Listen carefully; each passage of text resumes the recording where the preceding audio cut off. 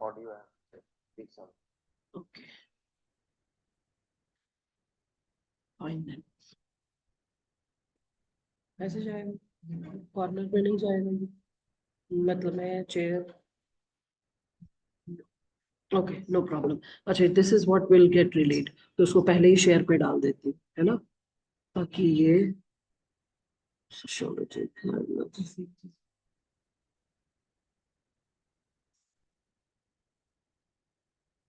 एक second just check not this planner तो इन लोगों को बाद में दे दूंगी stop share yes.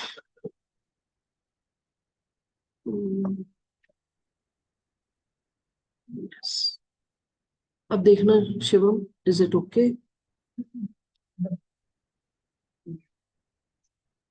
सब कुछ ठीक फाइन एक सेकेंड इसको कैसे हटाएं मतलब ये ऊपर वाला panel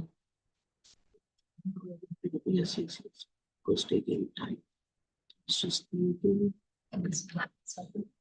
yes we can start hello Ajay can I start am I like audio वगैरह सब ठीक आ रहा है ना all right thank you yes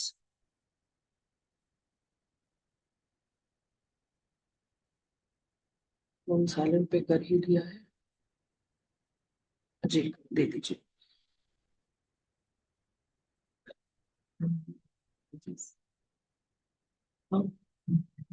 अभी इसकी जरूरत नहीं पड़ेगी just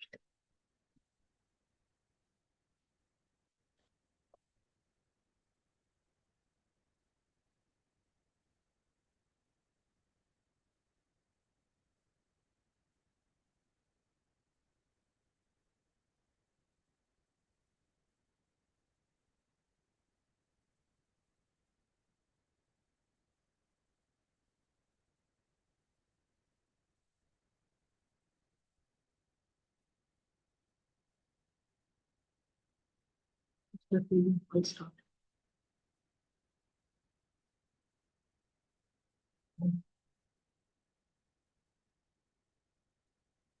Is it okay?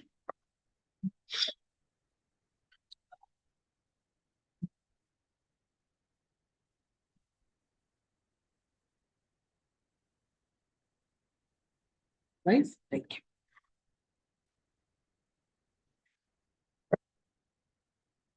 Good afternoon, everyone. Is it good? Should I start? Okay. Hi.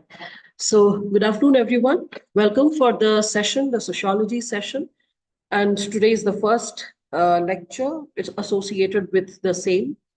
I believe that all of you who have either taken the admission or watching it live are somewhere curious about the course because it's the first session. You might be curious that what is the course all about, how relevant it is, how I would be going ahead with the course and what I would be unfolding in the meanwhile.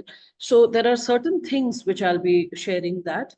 So good afternoon, Amreen and Rabindra and all other students, Shakti and the other students who are continually writing. Prakhar, I can see you. Ashna. So as we are just like starting off with the given subsegments, we all can work on certain possibilities related to the same. So first, I would like to share the given component pertaining to the syllabus. Let us see what the syllabus is all about. So we all can see that the very first paper, which is there in front of all of you, like on the screen. So you all can see that the first chapter is associated with the introduction to sociology, how sociology is emerging, coming into existence, what is its relevance. I'll be substantiating the interconnectivity between the chapters soon enough. But paper one, when we talk about it, you all can see that there are in total 10 topics, okay? So you can just see all this. These are the subtopics which we are discussing about. This is still social change in modern society. So briefly, if I talk about the chapters, first and foremost, you can see there is sociology, the discipline. Then we have sociology as science, and then we have research methods and analysis.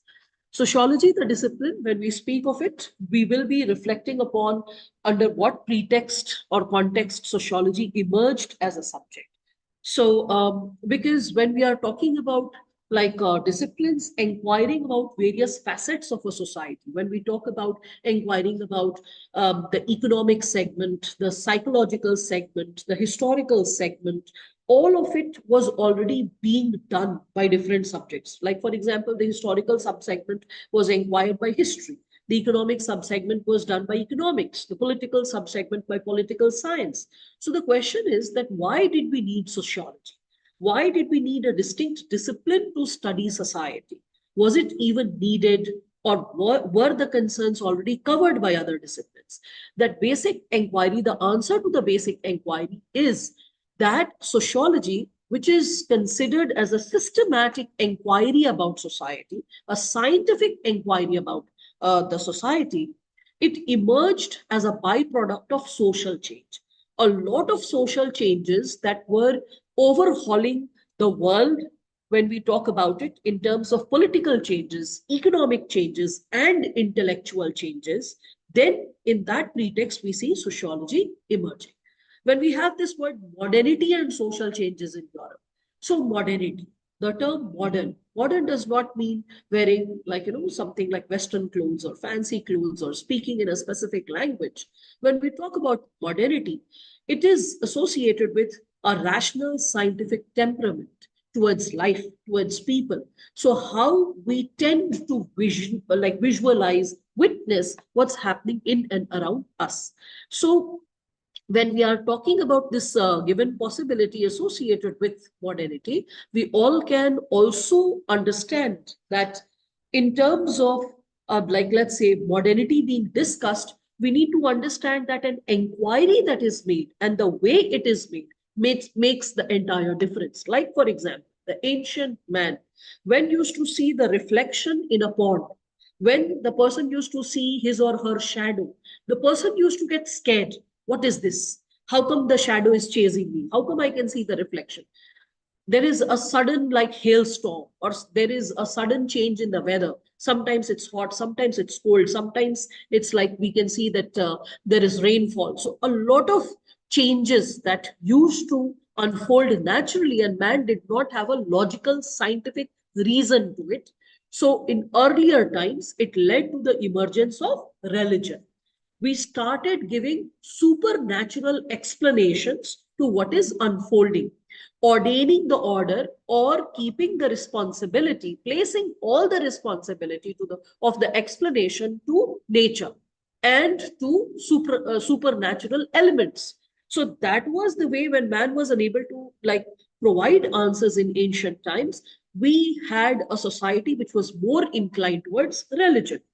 Over the time period, as human societies evolved, they started trying to reason out what's happening, why it's happening, and what should happen. So the idea of what should happen, led to the emergence of philosophy, which is the mother of all social sciences, or rather all disciplines. Because when we say PhD, philosophy in doctorate, if you have noticed the word, philosophy word is there or in the word PhD. And you do PhD in any subject, whether it's a science subject, commerce subject, or humanities subject. So philosophy is the mother of all disciplines because it spoke about, it inquired about what should be there, what ought to be there. So the second phase of human development was about the possibility of how to create the ideals, how to arrive at the ideals. And then comes the third phase of human existence, the human societies. And that was associated with what changes are happening, how we can understand those changes systematically, and what kind of interventions can be taken up to solve the human apathy and problems. So, for example, if I talk about the same, we all can reflect upon the nature of, let's say, challenges that are unfolding for all of us on ground. So we all can see, if I talk about the medieval times in Europe, which headed to the modern times. You must be like in history, you must have heard the word Renaissance. Have you heard the term Renaissance? Yeah. So at the time period of Renaissance, new thought, a logical inquiry to what the society ought to be there, what should be the like unfolding of the society intellectually, politically, socially. When all those inquiries were being made, we all can see that those specific inquiries shaped the possibility of a society where everyone started heading towards I would say diligent solution, and also trying to find out the better prospects in terms of politics, in terms of, we can say, the unfolding of art and culture. We could also see the unfolding of new patterns of aesthetics, redefining the idea of science. So all that development that started unfolding, it started paving the way for what we started living in the present moment. So what do we see? Like, for example, when economically human beings tried to make an inquiry whereby they tried to shape the possibility of, we can say, production, how bulk production can be facilitated, how human needs can be gratified. So when all that effort was being made systematically, we all could see that, excuse me, that because of the, like, the conclusive effort that was being made, due to which we can see factory led production was facilitated, new modern machines came into existence, which eased human effort, which facilitated like large wholesome production, which could also facilitate other kinds of tools and techniques, methods which would ease, we can say, human existence. So all that shaped the world quite, I would say, meaningfully. And within a short span of time, a lot of change started occurring in terms of how human beings were living. Then, with the economic changes, simultaneously, we also see political changes unfold.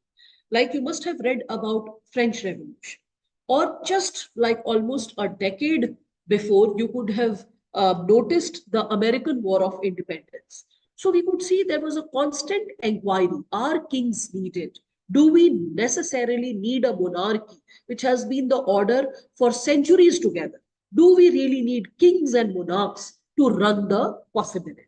So the moment this inquiry was being made that do we really need kings and monarchs, at that specific time, when there were thinkers, like you must have read in GS paper 4, ethics, integrity, aptitude, thinkers like Immanuel Kant, like Thomas Hobbes, Rousseau, like when you're talking about Voltaire, so you must have seen that all of them, they tried to respond that how human beings ought to be governed, what rights need to be ensured.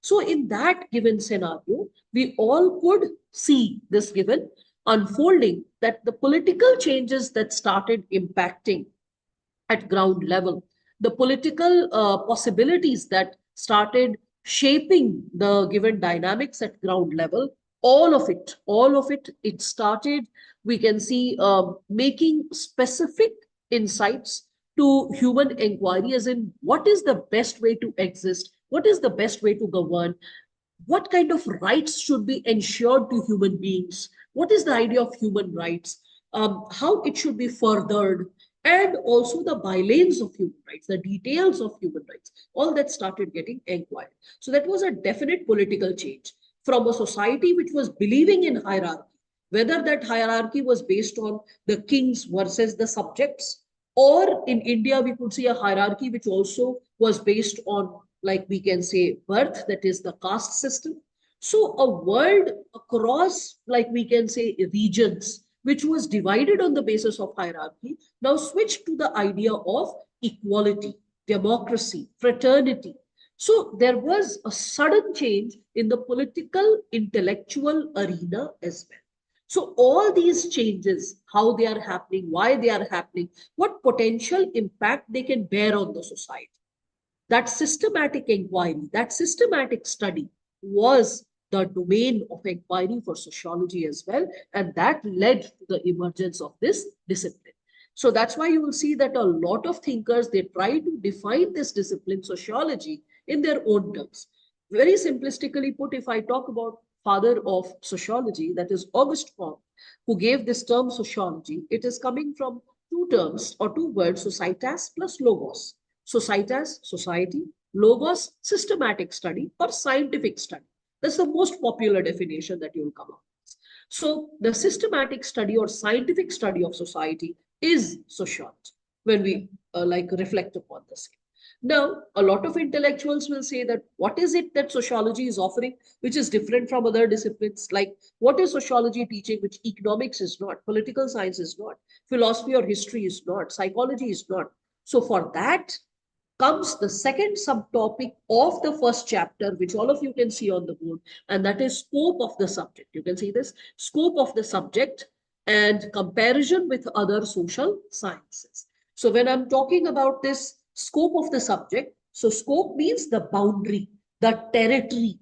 So what is this discipline discussing about? What is this discipline handling all about? So when we talk about the scope, the territory, the boundary of this subject, we all can understand that in this, it will be discussed that what is it that is unique to sociology? What is it which is not taught in any other subject, but only in sociology? So that is what the scope will be talking, along with what are the common bylanes? Like, let's say if there is a specific topic like suicide. So how psychology will deal with the topic of suicide versus how sociology will deal with the topic of suicide. If I say, like, let us say a political party, how sociology will see the term political party and how political science will see the term political party.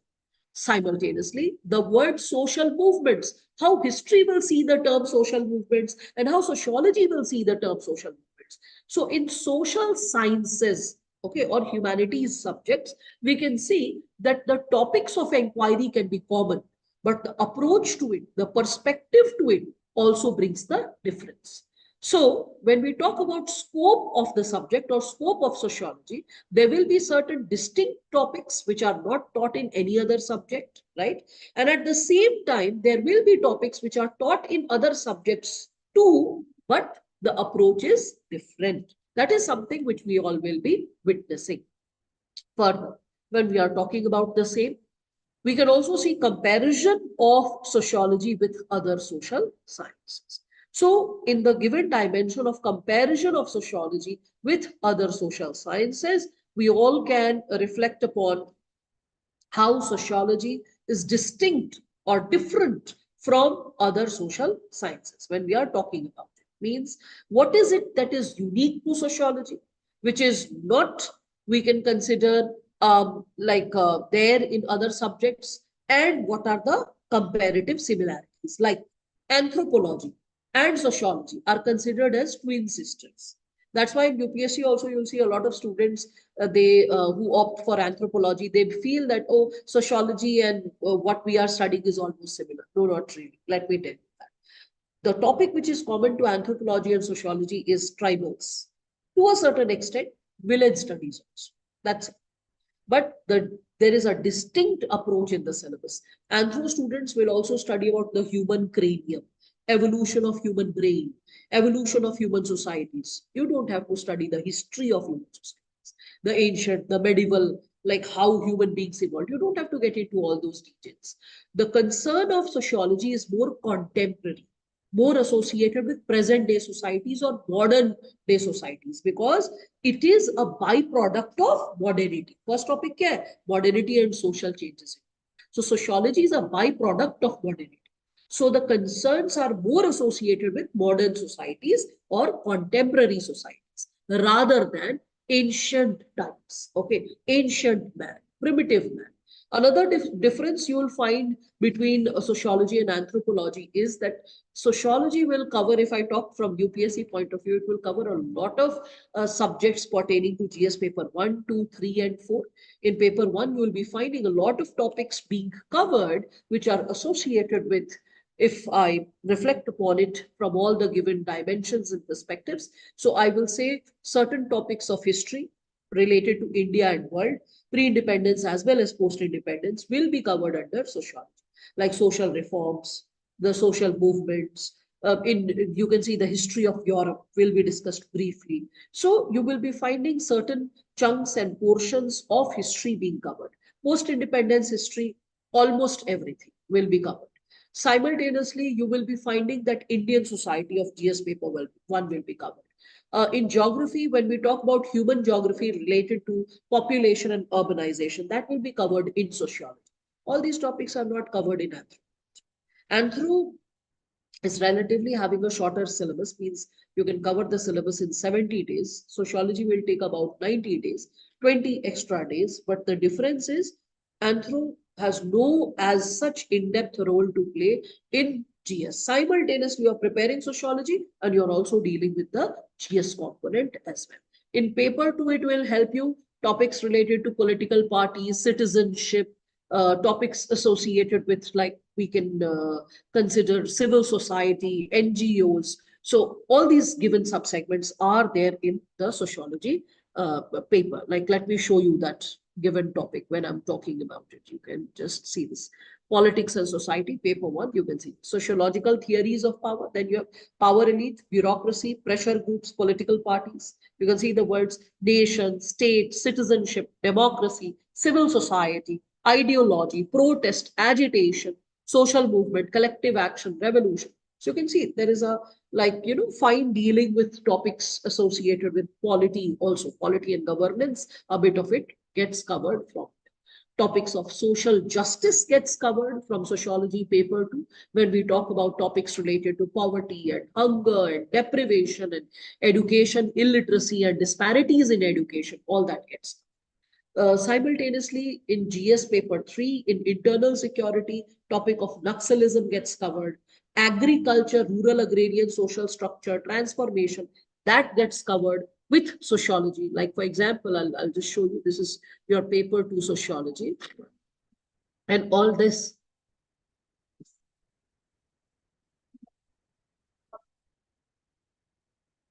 they are considered twin sisters because they both use scientific methods to inquire. Like, for example, when we are talking about this very third chapter, which is there in your syllabus, research methods and techniques. So quantitative and qualitative methods are used by both. In fact, a lot of thinkers who did ground level research, who are also social anthropologists, are also referred to, and their content is borrowed in sociology. If I talk about Indian thinkers, Professor D.N. Majumdar, who is also a social anthropologist, so T.N. Madan and T.N. Majumdar, we heavily quote them in chapters related to religion and society, tribals. So you will be finding that. Again, you will be seeing that a lot of international level anthropologists as well. Like, we can see Malinowski, Robert, when we are talking about yes, we can also talk about Brown. So we can see that these thinkers, their insights were borrowed. Like, for example, Durkheim is also taking their research work. And we are talking about their opinions, their insights pertaining to tribals, their patterns of existence, their religious practices, et al. So we will be finding that the research methods and analysis used by both, even certain topics pertaining to the primitive societies, are just like common, parallel, and it is used in the disciplines. That's why it is called twin sisters, because of these similarities. But yes, there are distinct differences, and the differences are very stark when we talk about the UPSC syllabus, because Anthro doesn't cover so much. So that's something which we can talk about. Again, when we are discussing about the given syllabus, so the topic other than comparison with social sciences, you can see sociology and common sense. Many people feel that this is how society operates. Most of the times, consciously or unconsciously, we suffer from various types of biases and prejudices. And those biases, prejudices, and stereotypes we feel is the opinion that we are like arriving at logically, scientifically. Like, girls are not good drivers. Okay, opinions associated with boys are stronger, they are more macho.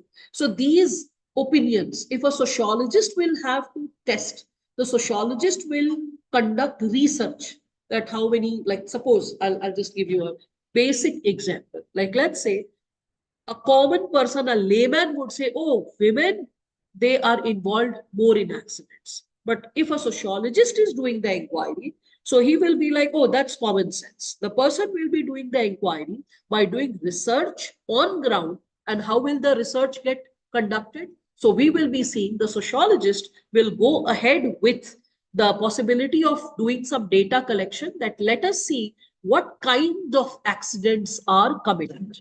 Then would also look into the possibility that if accidents are committed, rash driving related accidents are committed by men or women, then the data will be covered from a pan-Indian level, if it is an like national level inquiry.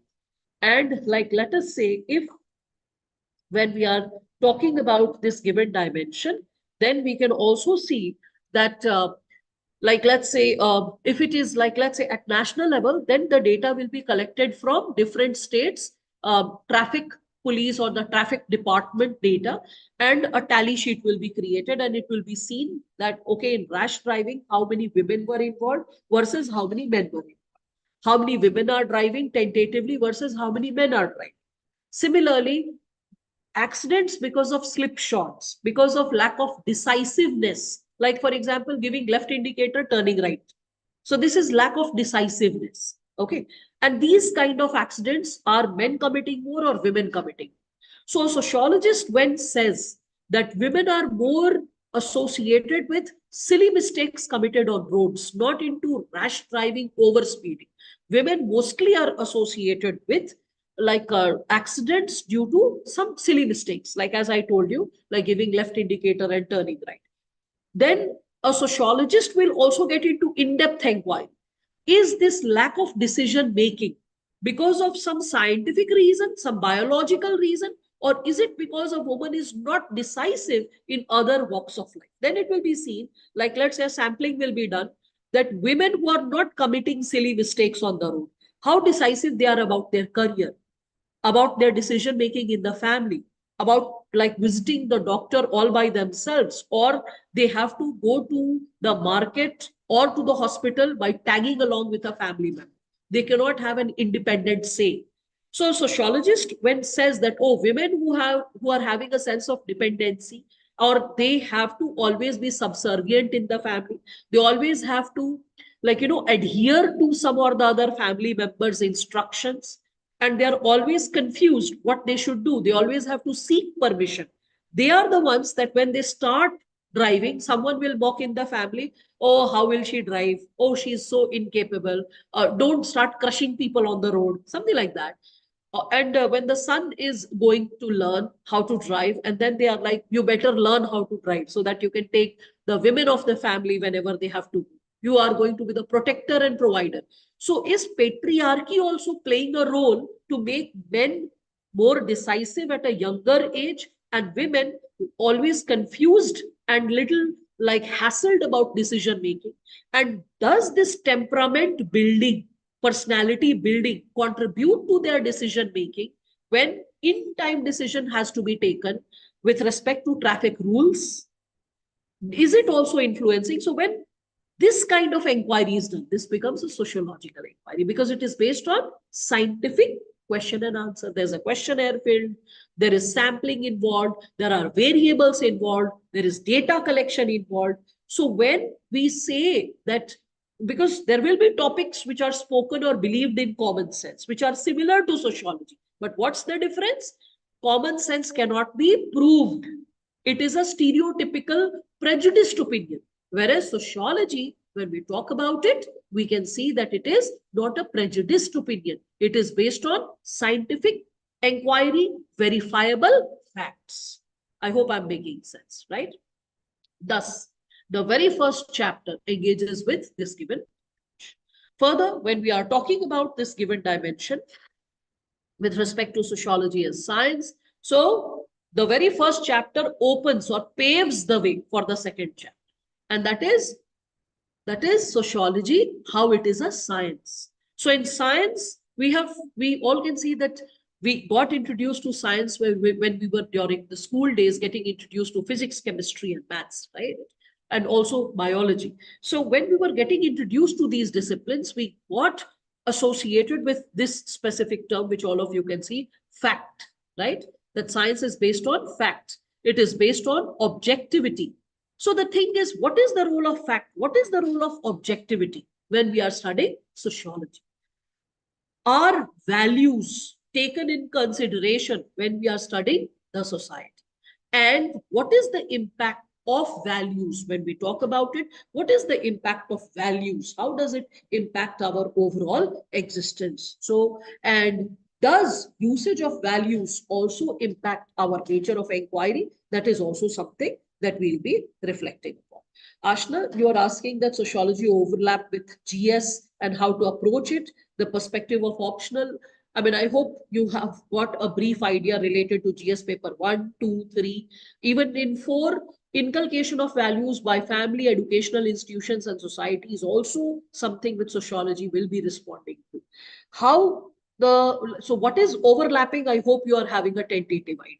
How to handle it to every student who is ever curious for sociology. Please do remember, because sociology is science of society, you prove it that it is a science when you are validating yourself. How do you validate? You are not a researcher. So someone has done the research. So either you are quoting a thinker to prove your point, or if you are not quoting a thinker, then in that case, the second approach is you are quoting a newspaper, a sociological journal, like maybe some news report that has been published. Because if it is published, someone has done the research. It is provable, it is verifiable. I hope that's making sense to all of you, right? So when we are talking about the given possibility of verifiability, when we are talking about the possibility of how to cross-check or verify, that element is there in social. And that is what makes it a science. And when you're writing answers sociologically, whenever sometimes you'll see the previous year questions also of sociology. So it says, analyze the so and so issue sociologically. So when it is saying analyze any topic sociologically, whether the term is written analyze it sociologically or not, you always have to analyze sociologically.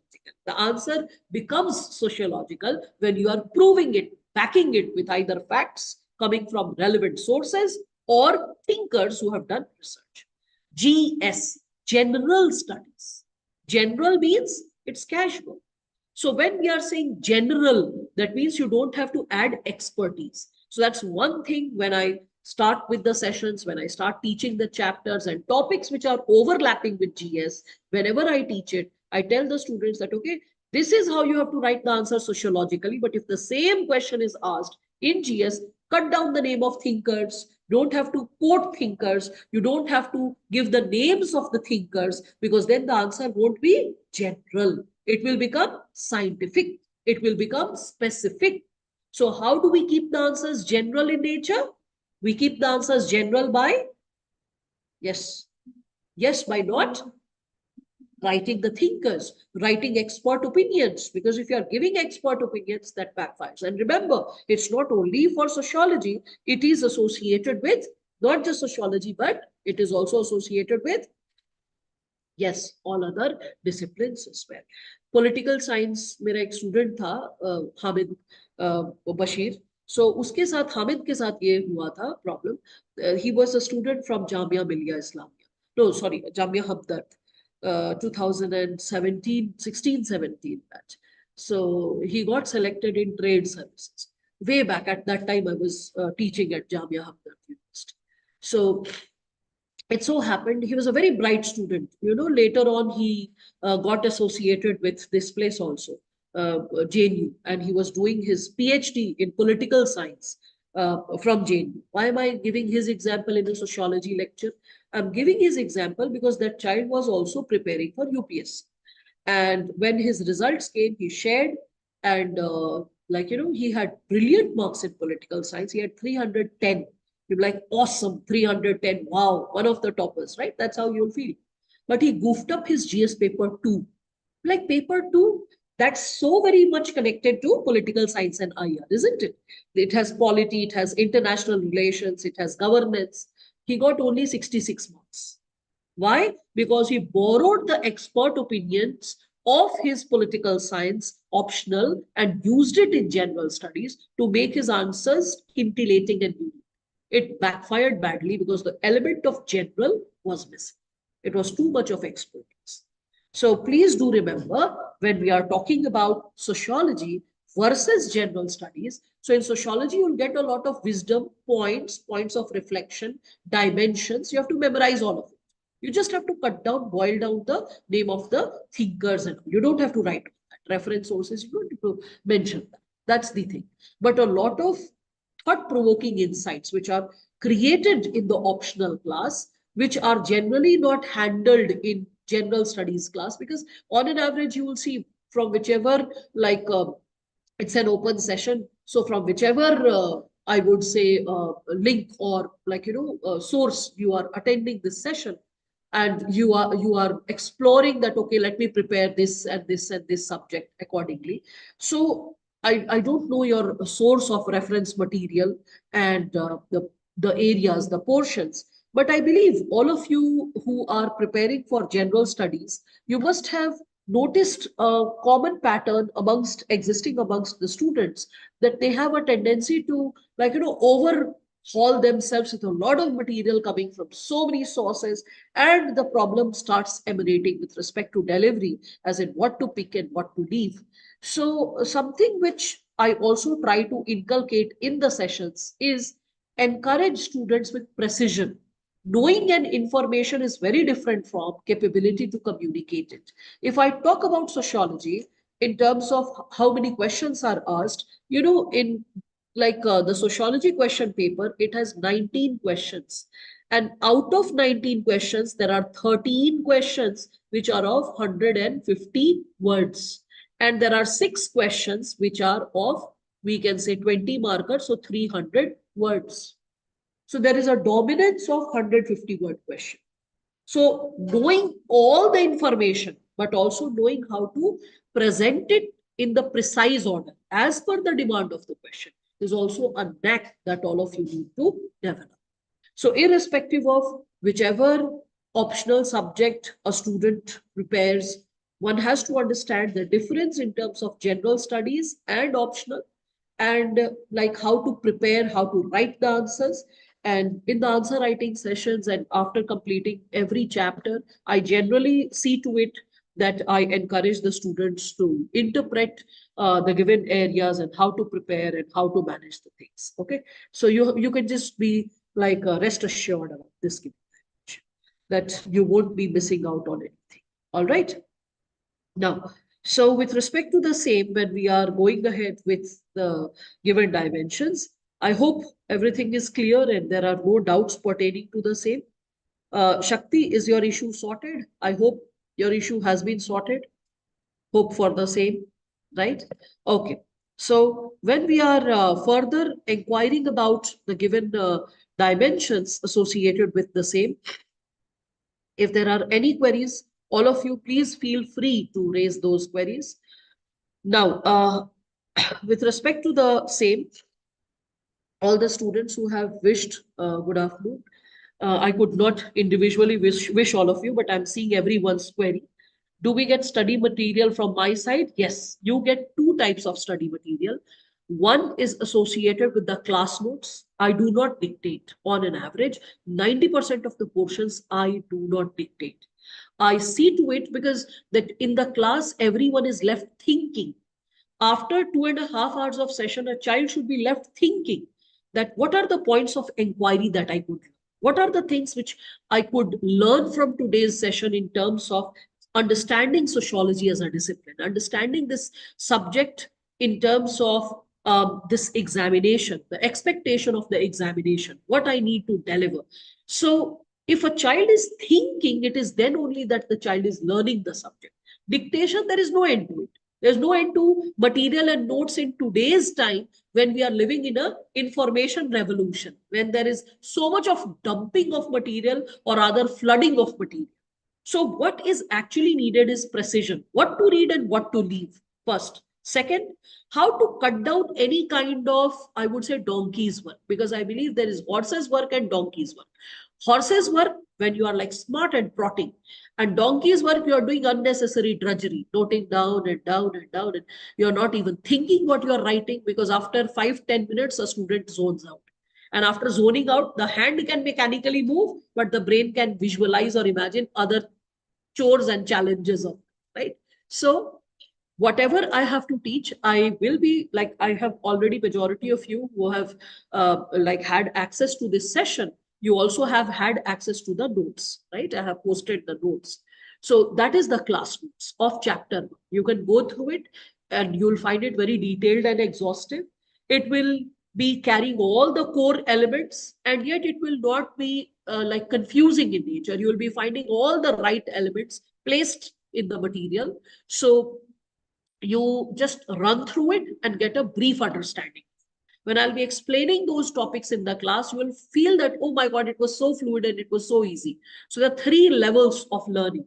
First level, the lecture. Lecture will be the simplest and easiest, with a lot of thought-provoking examples, real life examples, and connectivity with general studies. So that's how the lecture will be. Then comes the second level, that is the notes, the class notes, which I share, which I call handouts. So those handouts are consolidation of information from various sources, and at the same time, keeping the language formal and simple.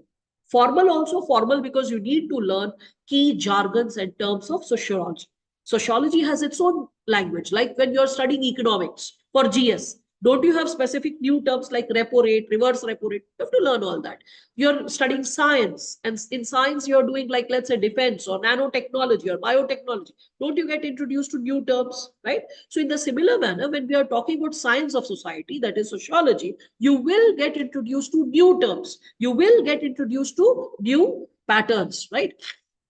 So when you are talking about the given possibility of learning that language, you need some reference material. And for that, the handout is there. So you'll find the handout will engage with a lot of sociological terms, yet the language will be fluid, easy, the language which is required for UPSC exam. And then comes the third level of notes. The third level of notes are booklets. We provided like not in soft copy, rather in hard copy. So the booklets are, what are the booklets now? Booklets are a consolidation of articles from all the relevant sources which I want a student to refer. Like, let me give an example. For chapter 1, this sociology, the discipline, there are portions which are very well explained in IGNU. It is also very well explained, like this scope of subject and comparison of sociology with other social sciences, quite well written in TB Bottom. Now I want a combination of IGNU and TB Bottom for all. So what I have done is, in the booklet, not in the class handout, in the booklet, I have got paras lifted from IGNU and TB Bottom, got it timed so that you don't have to buy multiple books. Like, let's say, social stratification. I want the child to read from Harlumbus and Holborn. Or family marriage kinship. I want the child to study from Harlumbus and Holborn for paper 1. Okay, and for paper 2, suppose I'm lifting in like a specific subchapter or subdimension from Veena Das's book, and something also from me. So I will not expect the child to purchase Veena Das also, Harlumbus and Holborn also. I'll get all of it timed and consolidated together. So that is what the booklet is all about. So that a student, if is going through these 3 phases, 1, the lecture, which is the most simplistic explanation of the chapter and how to connect it with GS. Second, the handout. And third is the booklet. The wholesome preparation is done. Other than that, there is a common Telegram channel, which is a closed channel, not an open official channel. It's a closed channel, which is exclusive to the batch. In that channel, I yet need to add all of you, that academic reference group. It is a reference group for all academic purposes. Academic purposes, which you also will be sharing, I also will be sharing. Any of us who comes across any good book, it's an ebook, or like, for example, you need sociology dictionaries. For example, you need any kind of notes, material, any explanation. That's the where you raise all your queries pertaining to sociology. What needs to be consolidated? So I'll be constantly constantly be putting all those insights, and I'll be constantly sharing all that in that reference group so that you have access to contemporary insights also. We, with the previous and the previous to that one, means from 2 batches, few students were curious to learn how to make current affairs notes from EPW, Economic and Political Weekly. So in that group, like, I consolidated, created a group of students who regularly make notes and update it with respect to EPW, Economic and Political Weekly, how to make notes and how to connect it with the chapters. So I encourage them first to identify the article. I do that work. I identify 5 to 6 articles from like a week's EPW. And then one article is assigned to one student. That's it. The turn of a student comes in 15 days, a fortnight or so. So I believe in 15 days, a student can read one article.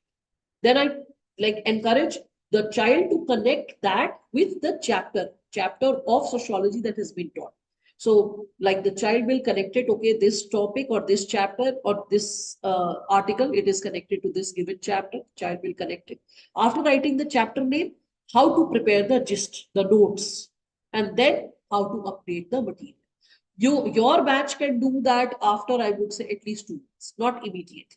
After 2 months, those students will be curious, will be connected, who will be constantly like, making their own notes. To those students, I'll encourage that you can also be a part of that. Right now, you just need to first learn how to stand, because that is how you learn to jog. Right now, you have to learn how to stand. So these are some extra kind of possibilities which would be created. So 2 types of notes or study material you are getting. One is the class handout and second is the booklet. Animesh, you're asking, everybody says, remember thinkers and what they did, but you relate not to put much emphasis on that in the answer sheet. Yeah, you got clouded. Yes, you are kind of clouded. That's why you misunderstood what I said, Animesh, because you did not listen to the entire sentence. I said, do not write thinkers for general studies because it's general.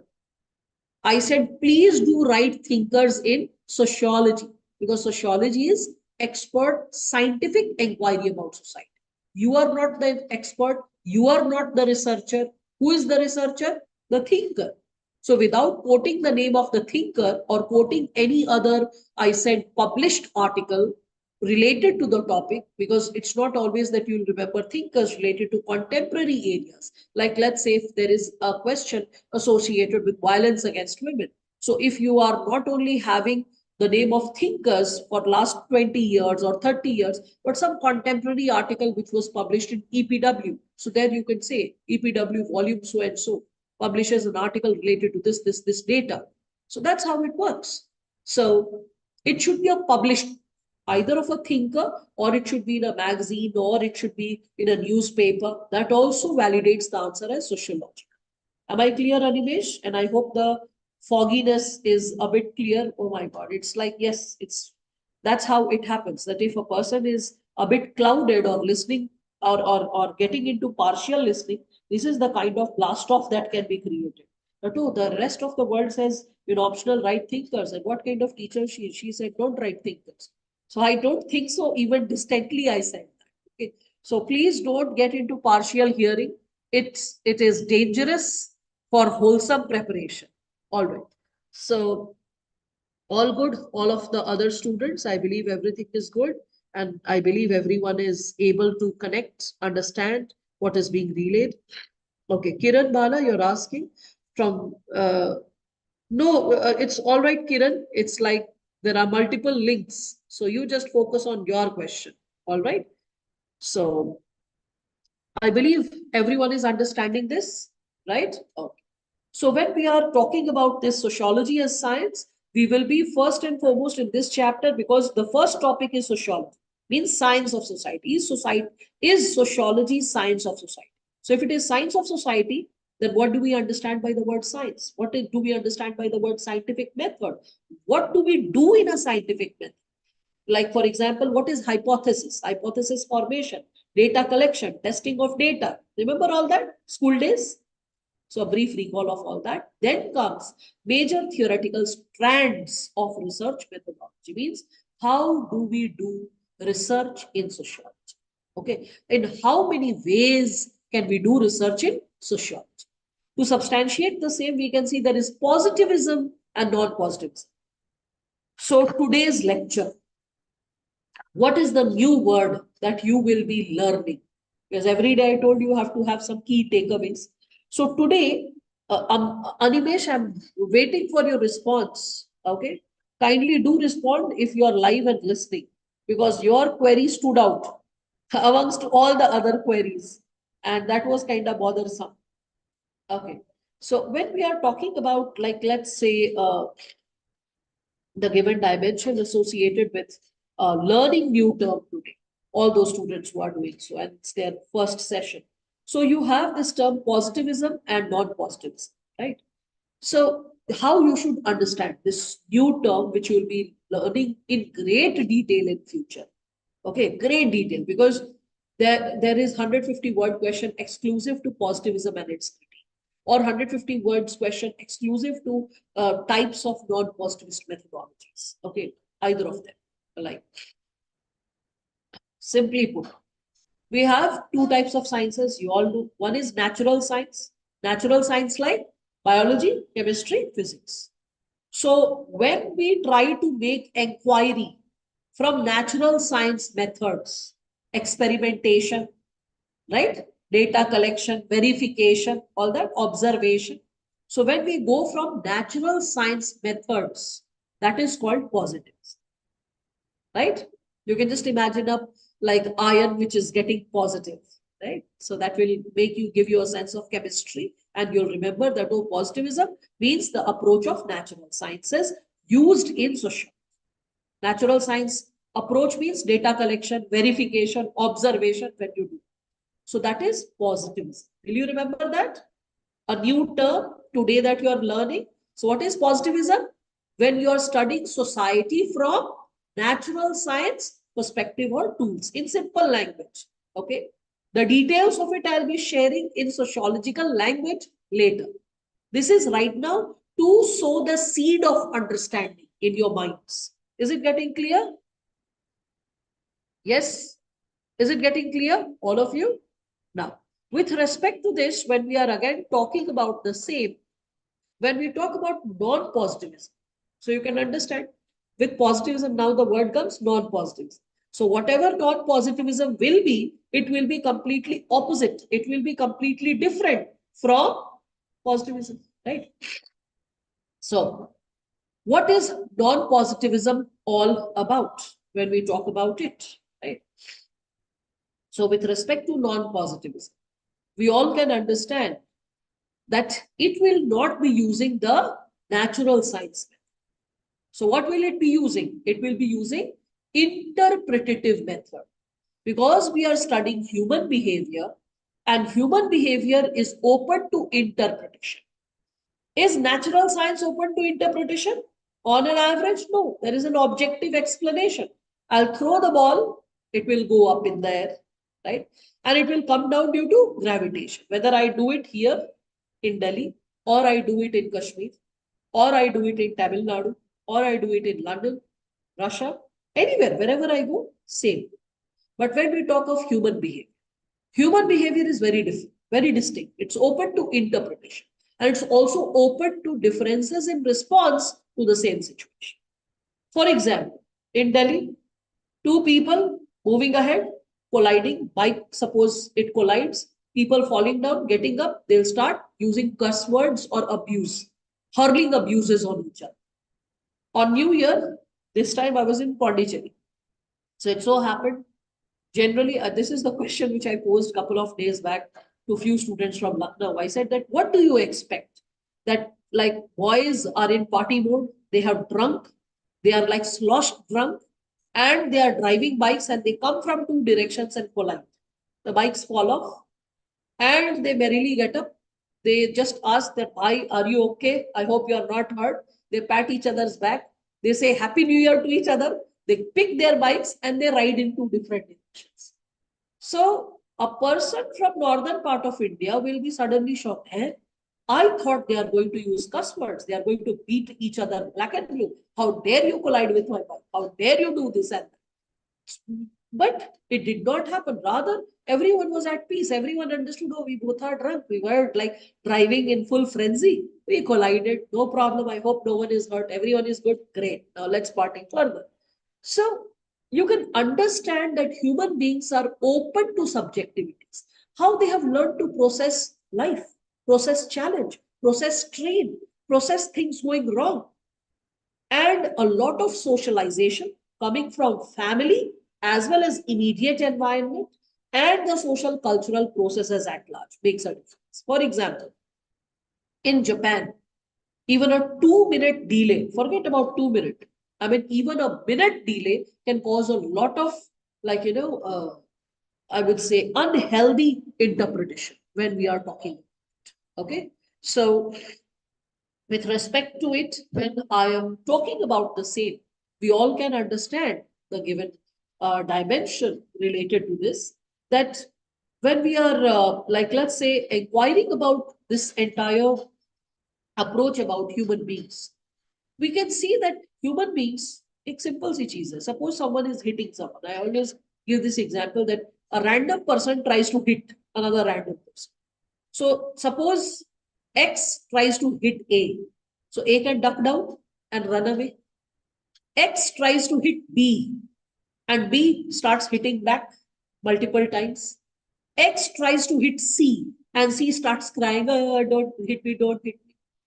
X tries to hit D and D not only ducks down but holds hand and says, brother, what's your problem? Let's have a healthy conversation. Why are you so angry? Let us try to solve your misery, whatever you are suffering from. So when we are talking about, like, all these given situations, when we are talking about all these given possibilities, we need to understand that human beings are not based on objective realities like gravitation. If I've thrown an apple in the air, it will go up, but with gravity, it will come down. And it will happen across the world. But human beings, their responses can vary from family to family, society to society, region to region, right? Country to country. So, because of this human subjectivity, sociology is also studied from non-positivist methodologies. So what is non-positivism? It is open to interpretation. So non-positivism is also called interpretative perspective or interpretative methodologies. Okay. So interpretative perspective or methodologies. What are these interpretative methodologies? So I'll be exploring and like giving you an understanding of 3 different schools of thought. Right now, I'll just mention them. Don't be under the pressure to memorize it. Everything will be later discussed in notes with thinkers' name, this and that. Okay. Right now, just know that interpretative school of thought will be related to 3 sub-dimensions: ethnomethodology, phenomenology, and symbolic interactions. Okay, just get familiar with these 3 words. In future, we'll be reading about ethnomethodology, phenomenology, and symbolic interactionism. All these 3 are related to interpretative understanding, the interpretative understanding of human behavior. And through both these methods, methods of natural science and methods of social science, what do we create? Sociology as science. I hope that's getting clear to all of you. Yes? Okay. Now, so, okay, glad to know that, Animesh, you are there. Yes, yes, there is a time lag in what I'm speaking, and then it is getting relayed, reaching to you, then you typing. So I'm glad to see that you have understood. Okay. Can we write thinkers, give an expert opinion? And another student, Rabindra, is asking. No, not Rabindra. It's Samarjeet. So can we write thinkers or give expert opinion in essay paper? Yes, you can give thinkers or expert opinion in essay paper and also GS paper 4. Because paper 4 has the topic Indian and Western thinkers and philosophers. So that's why the scope for mentioning thinkers' name other than optional subject is also in 2 places, essay as well as paper. Not in paper 1, 2, 3. Don't do it. It will blast off the possibility. All right. Another question which Rabindra, you are asking. No problem. This is an open link. Rabindra, you can revisit the link multiple times and you can, because the first 3 days session will be open. So you can revisit the link as many number of times as possible. Later on, the management shall brief you how to go ahead with watching the recorded sessions of the lecture. All right. So all that will be facilitated. Just that its initial lectures are trying to keep it open, simple, because maybe few students can also struggle technologically. Some people like struggle with the technical glitch. So I'm like, just keep it simple, open, easy. First, the pressure should not be of technology. First, the pressure should only be about understanding learning. If you're understanding, you're fighting it fit.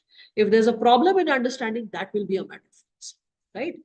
Okay. So after this, when we are talking about the third subtopic, which is because we are talking about science. So what is science connected to? Research methods. That's why the third chapter logically takes us to the third segment, that is quantitative and qualitative methods. Whereby we all can see when we are talking about this qualitative methods, as the term goes, you can see this. I'm so sorry, I'm suffering from cold and it must be little, my voice must be coming little gruffy. Okay, so when we are talking about non-positivist methods, they are associated with qualitative methods because it is associated with interpretation.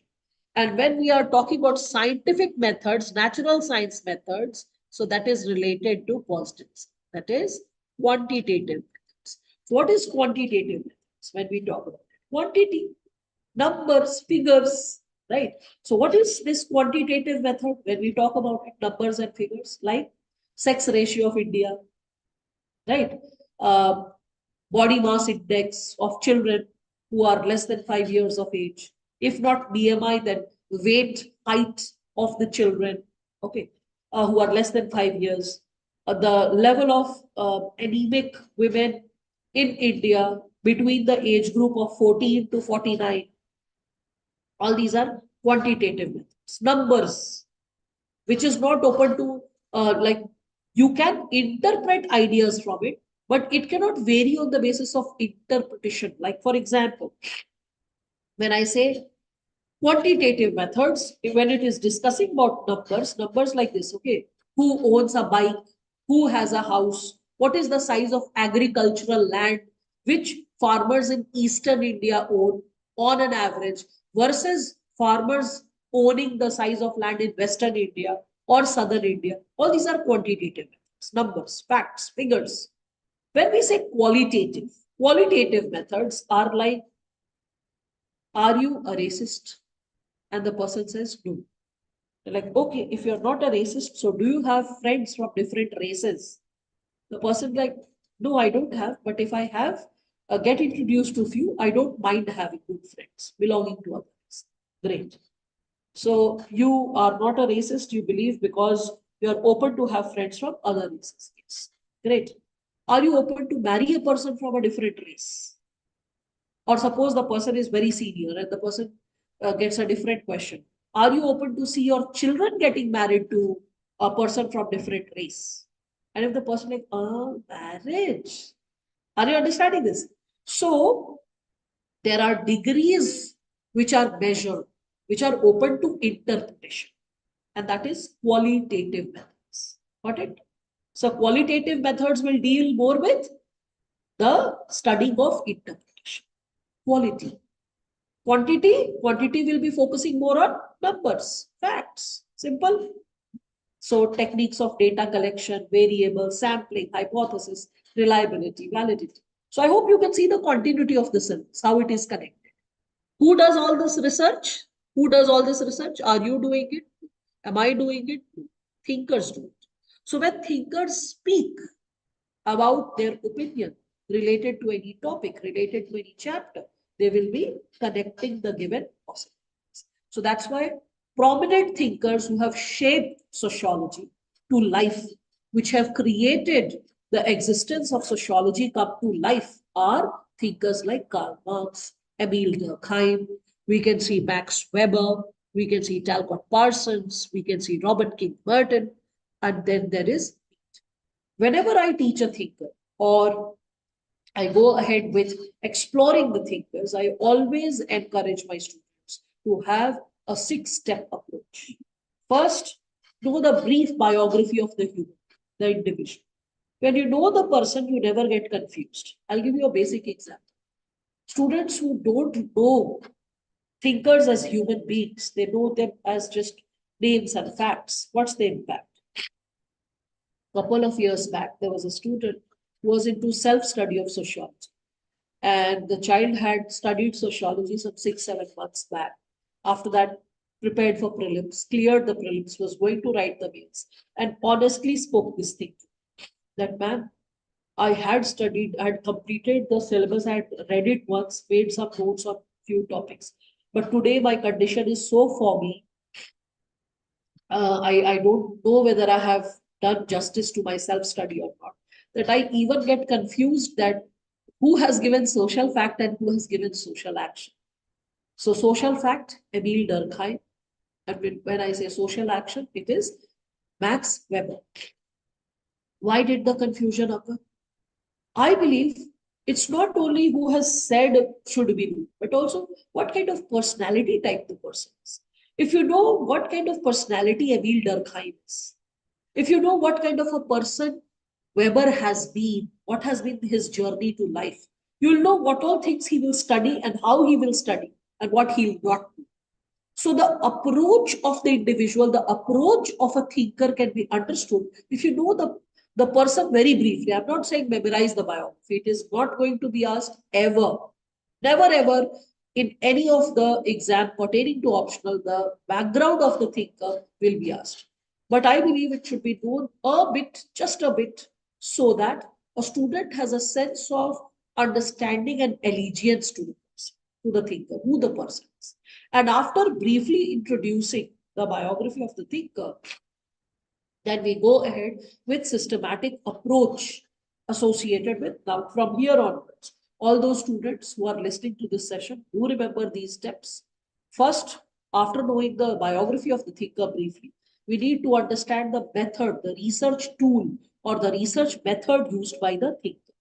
After that, the subject matter the thinker is engaging. So first was biography. After that, the research tool or research method, okay, or the perspective of the thinker. Like for example, right now we just got introduced to two words, no?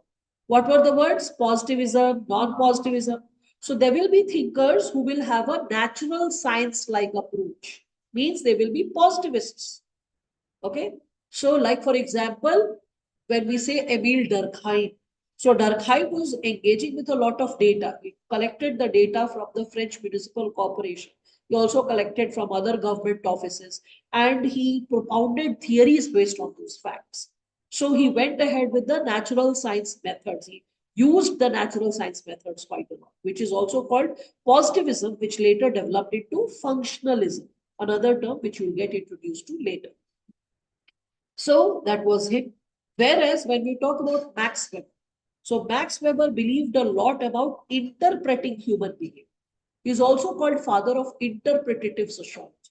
So what was this interpreting human behavior connected to which word? Non-positivist sociology, right? So when we talk about thinkers, when we know their perspective, their approach, after the approach, what should we know? The topics that they have done the research on. After the topic of research, we should know their criticism, who all have criticized the thinker's concepts. And then last but not the least, the relevance of that thinker in present day times, modern times. Why are we studying about that thinker in today's times? Okay. So when we understand that why we are studying about the thinker in the present times, we are able to understand, we are able to interpret the kind of intervention that needs to be brought about associated with the SINGH. Fine. I hope that's getting clear to all of you. Okay. Now, so with respect to this, when we further move ahead, you all can keep asking your questions because every once in a while I'm getting back to the chat and whatever queries are coming my way. Okay, so no new questions. Okay, so after the thinkers, then you, as all of you can see this, we have the component of stratification and mobility. The topic of stratification and mobility onwards, you'll be finding a lot of interesting topics which are there. How will I go ahead with the syllabus? I'll teach you first two chapters because they are the backbone of sociology. Without understanding the first two chapters, you cannot go ahead with any of the future chapters. Okay, so I'll be starting with the first chapter. I'll try to start just within a couple of minutes. And after the first chapter, second chapter, then I'll start this with this component of stratification and mobility. Okay. After stratification and mobility, then we'll go ahead with thinkers. Okay. Why will I go with stratification and mobility? Because I feel that it will be relatively easier for all of you to connect with. Okay. So when we say stratification and mobility, you all can see the topics which are there in the syllabus. So we all can see there is this concept associated with equality, inequality. So you can just connect with these terms, isn't it? Equality, inequality, everything like, oh, yes, yes, I know what it is all. It's something which is very basic. Hierarchy. Now, what is the difference between stratification and hierarchy? If I ask you, yes. What are the 6 pillars of studying the thinkers? Okay, first you should know a brief introduction to who the thinker is. Okay, after the brief introduction or the biography, whatever, second thing which I said was know the thinker's perspective. Perspective like positivist hai, non-positivist hai. Then know the research tool or methodology that the thinker has employed to do a specific research, like the data collection or borrowing the data from somewhere, or how the person arrived at the opinion, know that. Then the subject matter that the thinker is dealing. After the subject matter, then the criticism. And after the criticism, then the relevance. All right. Whoever is asking, I hope that's clear. Now, with respect to this, when we are further getting back to stratification and mobility, so I was asking what is the difference between hierarchy and the topic of stratification? Yes, what's the difference? Hierarchy and stratification according to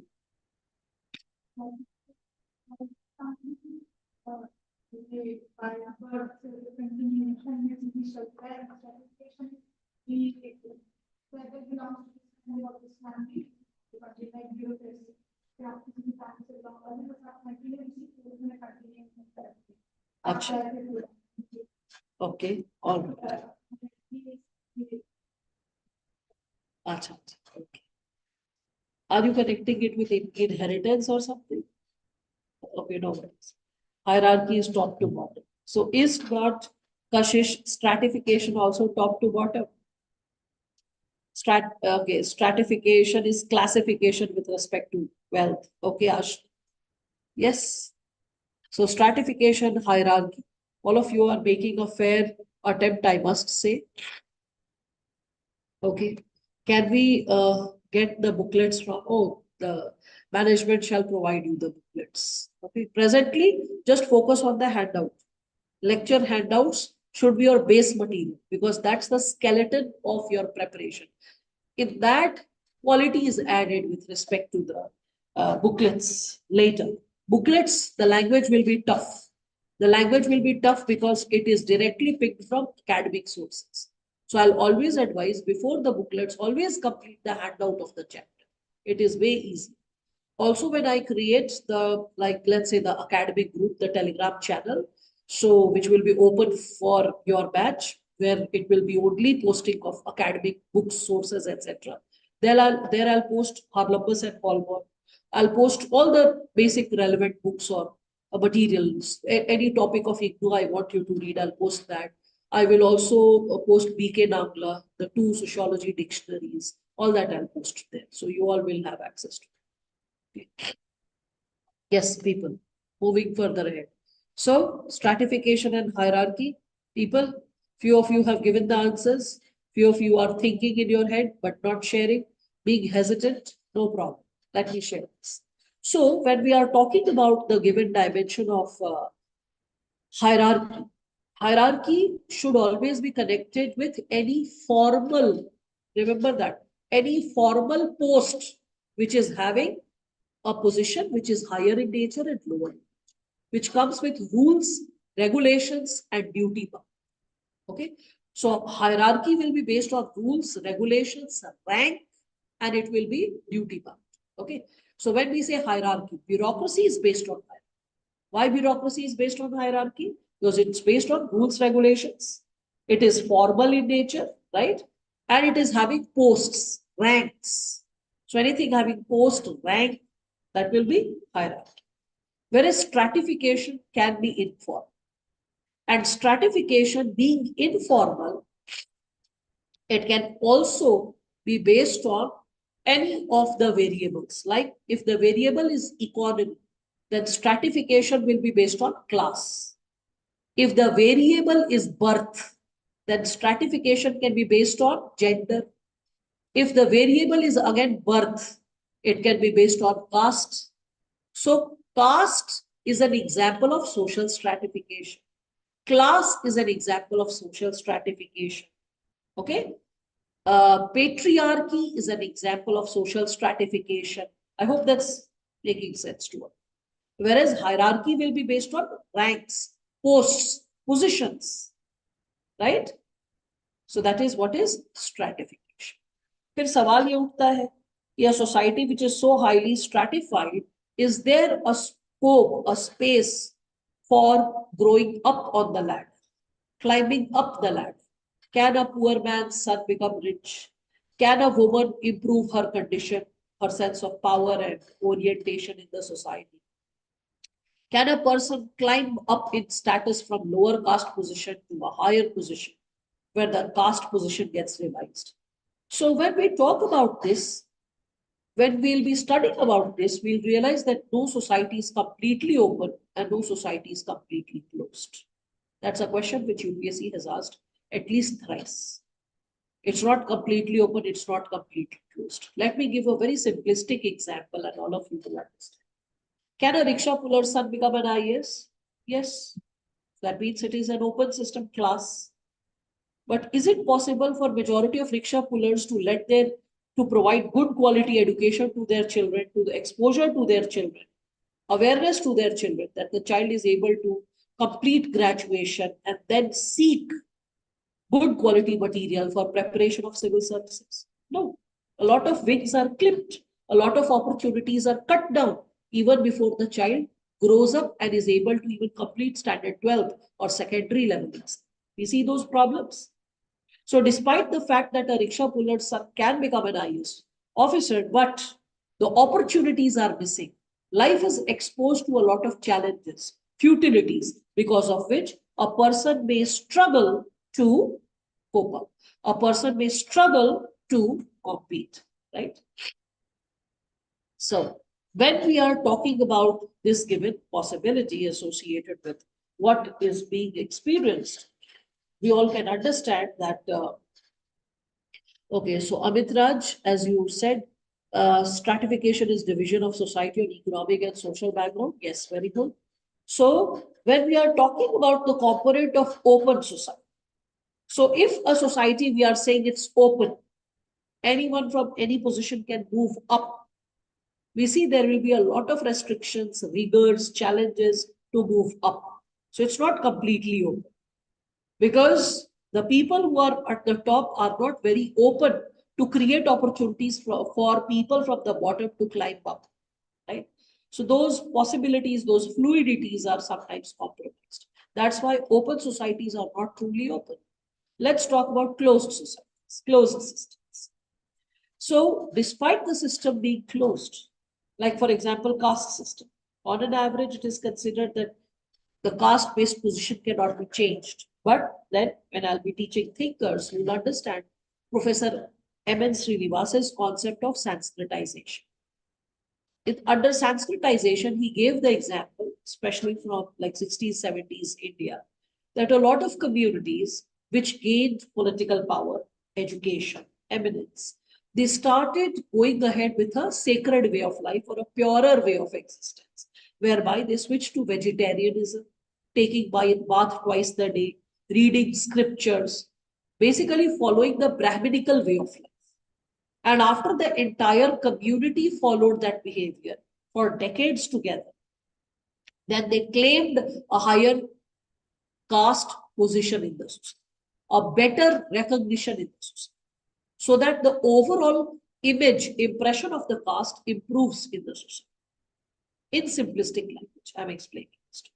So when a group, when a community, it starts negotiating for a higher social status, when the entire community is negotiating for a higher social status by emulating or copying the behavior of a higher caste.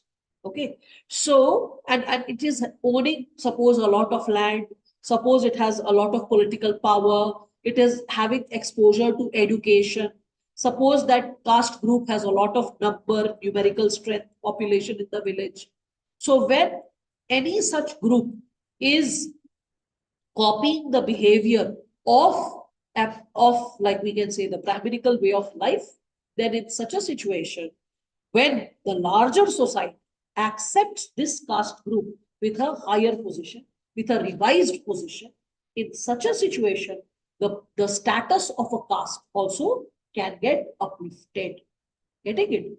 This is the term which is used by M.N. Srinivas. What is the term? Sanskritization.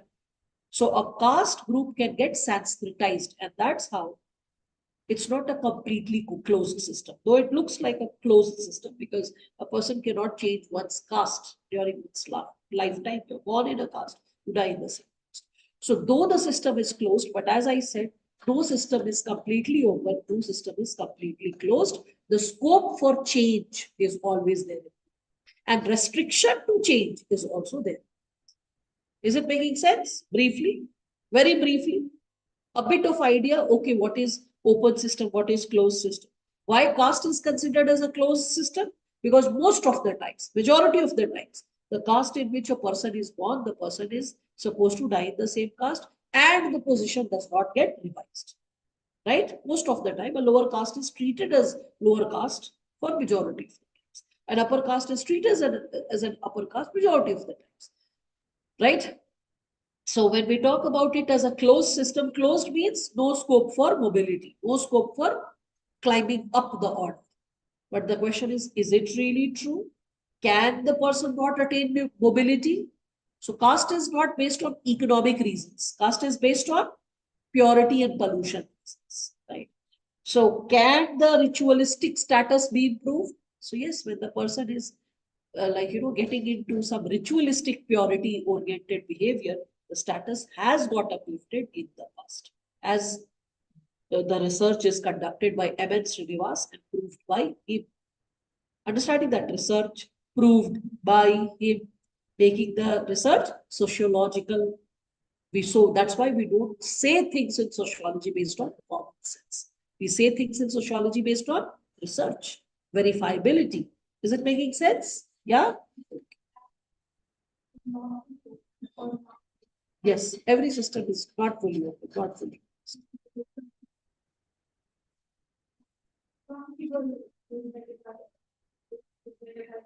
अगर देखो जिस मान लो उनके पास बहुत पैसा भी है society में, बहुत पॉलिटिकल पावर भी है, along with political power education और एक ritualistic purity वाली लाइफ जी. So then what happens? The larger society accepts this community is well off also, has a very ritualistic pure way of life, and we are seeing them for past 3 generations, 60 years or 70 years. It covers 3 generations. So then over the time period, the society has a different opinion. And then when a community claims that we have a higher ritualistic status rather than a lower caste group, we have a higher status. And if the larger society accepts this, the position of that caste group will improve. Acceptance is necessary. I can give you an example. There was this community called Vishwakarma Brahmins. So the Vishwakarma Brahmins, they improved their ritualistic purity. They started working on doing prayers 2 to 3 times in a day, taking bath, this and that, indulging in clean occupations. Okay. Clean occupation means not dealing with human body in terms of cutting the hair or cutting the nails, because it's considered that dealing with cleaning of the human body or animal body is considered as an impure job in caste system. Okay, so anything of that. So when they are dealing with, when they started dealing with a different way of life, so after a certain time period, the group claimed to be equated with Brahmins, that we are the Vishwakarma Brahmins. But the larger society did not accept. They're like, no, we are not accepting you as some type of Brahmins. So because they were not accepted, they could not get Sanskritized. So it's not necessary that every group that claims to be Sanskritized would get Sanskritized. Okay. And today, what are we seeing? Today we see that people don't believe in ritualistic purity. Today people don't believe in practicing caste-based rituals in day-to-day life, right? So today what do we believe? So today we see social mobility is happening in closed systems like caste, not because of ritualistic reasons. Mobility from down to up. So mobility is not happening because of ritualistic reasons. It's happening because of secular reasons. What are the secular reasons? So people from lower caste groups are having higher education, getting into modern professions, higher positions, becoming IAS officers, judges, right? All that. We can also see there can be people belonging to lower caste groups getting a lot of wealth, getting a lot of power, political power, becoming MLAs, MPs. So political power or economic power or education or high numerical strength. Because of all these reasons also, the caste groups can become very powerful. So today the idea of becoming powerful and climbing up the social ladder is not necessarily related to ritualistic reasons, social cultural reasons.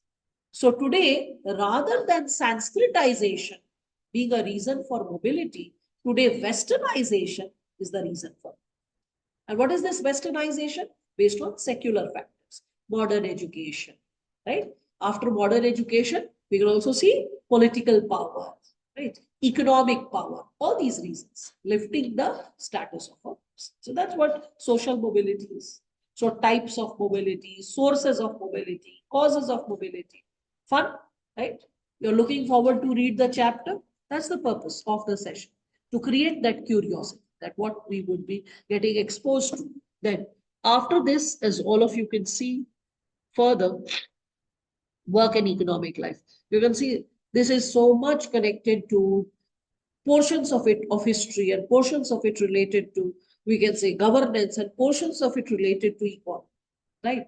When we say labor and society, of course, economy gets in.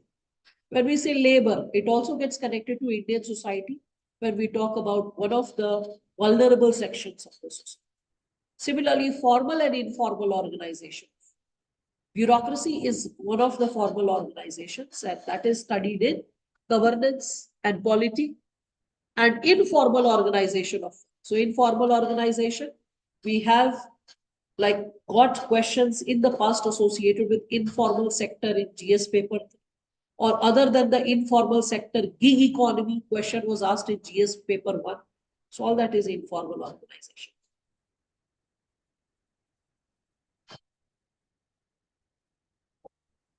This idea of social organization of work in different types of society, how work was organized and divided, this idea with respect to slave society, feudal society, or industrial and capitalist society. This, all of you, I believe, can connect with respect to what? Slave society, feudal society, and industrial society, with which segment can be connected? Yes, these three. Yes, any idea? History, right? Slave society, right? Feudal society. So you'll be connecting it with history. It will be also connected with the thinker Karl Marx, because when I'll be talking about Karl Marx, we'll be dealing with a topic of Karl Marx related to historical materialism. So when we'll be reading Karl Marx and his concept of historical materialism, तो बस यहीं पर है Karl Marx देखिए. So in इस concept of historical materialism में भी हम लोग समझेंगे slave society, feudal society, capitalist society, and there we all will be getting exposed to this given subdimension, right? Let us move. After this given subsegment, then we have politics and society. I hope this is something which I've already shown, so all of you can connect with this, right? Highly connected to politics. Then there is another chapter, very interesting, that is religion and society. तो religion में past के और present के दोनों तरह के religion पे बात. First, sociological theories of religion. What thinkers have to propose in terms of how to study religion, how religion is impacting the society, then types of religious practices. So we can see that how primitive people had specific practices pertaining to animism, monoism, pluralism, sects, cults. And then we have religion in modern society. Like, for example, we can see a religion in science, secularism, right? Religious revivalism, fundamentalism, sort of. Then we have systems of kinship. Systems of kinship, family, household, marriage, types and forms of family, lineage, descent, patriarchy, sexual division of labor, and contemporary trends. Now, this patriarchy and sexual division of labor is there in system of kinship also, and this is also there in social stratification. See this? When we talk about patriarchy and sexual division of labor, so that will be dealing with what? Gender. Patriarchy will be dealing with gender, gender-based discrimination, gender-based stratification. And this is something which we all can connect with the chapter of stratification and mobility when we are talking about the component of gender. Right? So this dimension of gender also gets connected to the topic of family, marriage, kinship, that is systems of kinship, whereby we are talking about patriarchy and sexual division of. Is it clear? And then the last chapter of paper one, that is sociological theories of social change, development and dependency, agents of social change, education and social change, science, technology, and social. So all perspectives, forms that lead to social change. Like development and dependency, when we'll be seeing the second subtopic, it is so connected to IR, international relations, first world country versus third world countries. How the third world countries' interests can be sabotaged, compromised by the attitude of the first world countries. So we will be reflecting upon that as well. Now, a very interesting fact which I'm going to share with all of you is how we all can see the given topics are there in paper 2 as well. Whatever is there in paper 1, it's there in paper. Okay, can we do that? I'll be a little quick on the screen so that all of you can develop a sense of affinity. So एक एक करके पहले chapter दिखाऊंगी, फिर उसका भाई बहन वाला टॉपिक पेपर 2 का देखो. So for example, in paper 1 we had stratification and mobility. In paper 2 we will find social classes in India and we'll see caste system in India. Because you can understand social classes is related to stratification. Caste system is related to stratification. So where do we see? So here is paper 2. And in paper 2, here we can see this. Social classes in India. So this is stratification. And other than social classes in India, we have caste system. Right? So both will be connected to social stratification. Again, we saw right now systems of kinship in paper 1, political system in paper 1, social change in paper 1. Let us see what is its impact on paper 2 when we are talking about the same. So in paper 2, after the social classes, you see systems of kinship in India.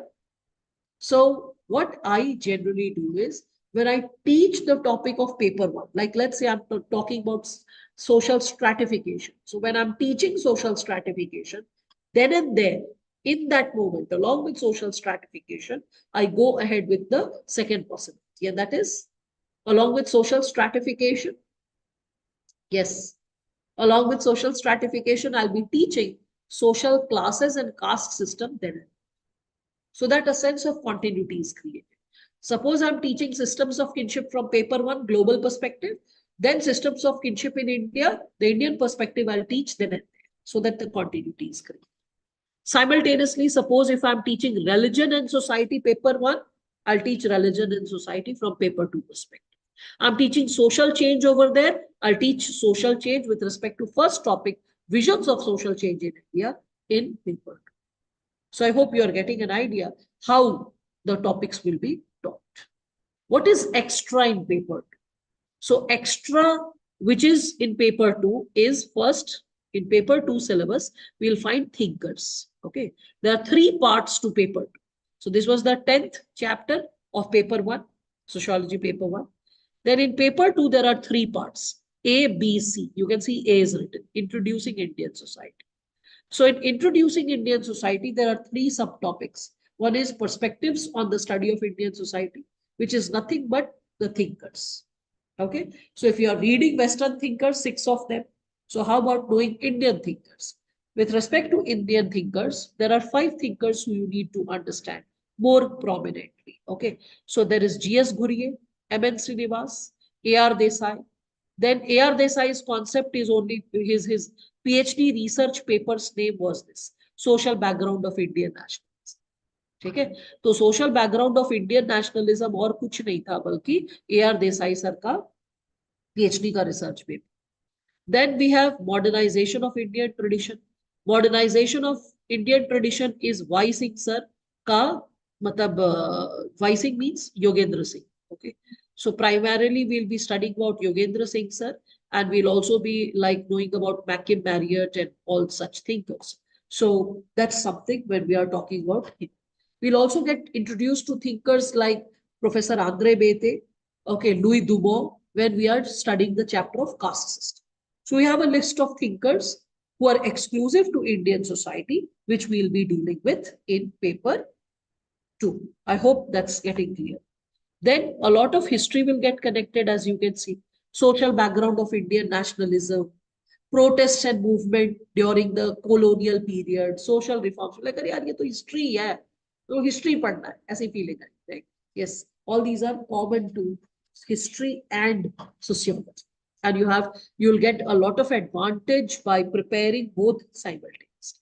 This term social background of Indian nationalism will be different from what you study in history. This topic will be a little distinct because social background of Indian nationalism will be studied from Marxist perspective. It will be little different from the way it is taught in history. Okay, but protest movements, social reforms, this is common. The approach is common, the methods are common, the topics are also. Then, as I told you, topic of agriculture is common. Agriculture comes in 2 subtopics. One is rural agrarian social structure. Second is rural agrarian transformation. So under rural agrarian social structure, you can see idea of Indian villages, agrarian social structure, that is evolution of land tenure system, land reforms, all that is there in GS paper 3, agriculture, you must have seen that. And after this, we also can see the given topic of rural agrarian transformation. So 2 topics related to agriculture. Under rural agrarian transformation also you'll see, and you'll like, ये तो पूरा ही GS लग रहा है, because programs of rural development, community development program, cooperatives, poverty alleviation schemes in rural India. Then you have green revolution and how green revolution shaped the social change in India. Then changing mode of production, how it's happening with respect to agriculture today, how mechanization and technological intervention has increased, what is evergreen revolution, all that will get connected. Then problems of rural labor, the problem of bondage, problem of migration. Like, oh, this is so very GS-like. You must be feeling like that, right? Even देखो इसके ऊपर वाला भी जो topic था associated with social change, that is visions of social change, जो हम लोग कर रहे थे, इसमें देखो ideas of development, planning, mixed economy, so very GS-like. Constitution, law, social change, education and social change. Isn't it very much related to GS? So paper 2 will fix the backbone of a lot of chapters related to GS. See this. Industrialization and urbanization, working class, informal sector, child labor, slums, deprivation. Quite familiar? I hope you're finding that. Again, in politics and society related to paper 2, that is India, the idea of nation, democracy, citizenship, political party, regionalism, secularization. Familiar, right? All of social movements in India. So social movements, history say it will get connected. Peasant movement, farmer movement, backward movement. Despite all that, this ethnicity and identity. So here, like for example, in women's movement and identity-based movement, when we talk about it, the LGBTQ, movement, and we can also see hashtag #MeToo movement, which was associated with countering violence against women. So we all can see all this unfold. And when we talk about it, social movements in modern India, we all can see that the component of GS will be very thoroughly prepared. After this, we all can see population. This is a topic which is there in Indian society as well as human geography. So that gets covered. And last chapter, that is challenges of social transformation. It is a combination of multiple chapters. Like if you see violence against women. So this is related to gender. Caste conflict, this is related to chapter of caste system. Poverty and deprivation inequalities related to social stratification. Again, crisis of development, displacement, environmental problems, sustainability. So this gets connected with social movements because you have environmental movements talking about environmental problems. Displacement, talking about like the reason responsible for many social movements in India and how far sustainability is taken care of. Simultaneously, ethnic conflicts, communalism, religious revivalism. This ethnic conflict gets connected to ethnicity, social stratification. Communalism and religious revivalism gets connected to the chapter of religion, right? And illiteracy and disparities in education gets connected to education and social change, right? This is the syllabus. So you must be seeing a continuity. Paper 1, paper 2, 6 topics. What is in paper 1? It's there, right? And the distinction whereby Western thinkers, Indian thinkers, 2 segments, right? So I hope all of you are getting connected to the syllabus, and I hope a sense of understanding and connectivity is created. Now, this takes us to the very first chapter, which we are going to deal with. So, European Revolution, Swagatika. Okay, all right. Now, so when we are going to start with the very first topic, it is encouraged to all of you that do take the printout of the material. When you take the printout of the material, it eases the process of learning because I will continuously explain and underline the keywords. If you underline the keywords, it will become easier for you to prepare your own notes. Do not try to see if you're using the hard, like soft copy for reading and you're comfortable with it, I don't mind. It's completely up to you. And if you're using the soft copy, you're using a tablet or some gadget which is having a bigger screen and you're simultaneously underlining and editing whatever I say, and you're comfortable that way, it's okay for me. I'm not adamant about the hard copy thing if technology is supporting. But when it comes to notes making, one has to become old school because please do remember, you get selected not by typing the answer. You get selected not by copying, pasting the answer. You get selected by writing the answer. So writing practice is a must. Without writing practice, you cannot deal with this given area. I hope that's making sense, right? So it is encouraged to all of you that please get into the practice of writing and preparing a lot of things. As the session has commenced and we are going to unfold after the completion of the first chapter, I will be simultaneously sharing in our Telegram group. I'll be sharing how notes are made, how notes are prepared. After sharing how notes are prepared, you also will be seeing that, there will be efforts that will be made associated with what kind of interventions are required. And with respect to this, we all can also see that, when we are talking about this given sub-dimension associated with this given possibility of notes preparation, when you are writing it, your tendency to recall the answer, recall the content, and produce it for examination purpose will also be asserted, right? So the subtopics in the syllabus related to chapter 1, sociology, the discipline, are first, modernity and social changes in Europe, emergence of sociology. Second topic is scope of the subject and comparison with other social sciences. And third, you all can see is sociology and common sense, right? So about 27 pages material is shared with all of you related to the same. And we start with the very first one, that is modernity and social change. Now, what is written over here? Yes, we'll be dealing with it, but prior to that, I'll give you a basic understanding of how things started unfolding for human beings across the world, especially Europe, because that's the core concern. See, when we are talking about the idea of modernity, how it starts unfolding. So we see that Europe, if you see the map of Europe, have you seen the size of the countries on an average? They are like little Indian states. Like in India, suppose you take a bus and you have taken a luxury bus. Your friends have come from abroad. They want to see India. You take the bus, like let's say I have to choose a center. So let me choose Delhi. And from Delhi, you start moving to UP. and you take 3-4 stops in UP, maybe Lucknow, maybe Allahabad, maybe Varanasi, and you show UP, a bit of UP, and then you further move ahead to Bihar. Maybe you complete Nalanda, and after Nalanda, maybe Patliputra or something like that, which you feel is of some significance. And after that, you enter, like let's say West Bengal. At West Bengal also, you show like couple of places to the person, and then from there you take a turn, you move to Jharkhand.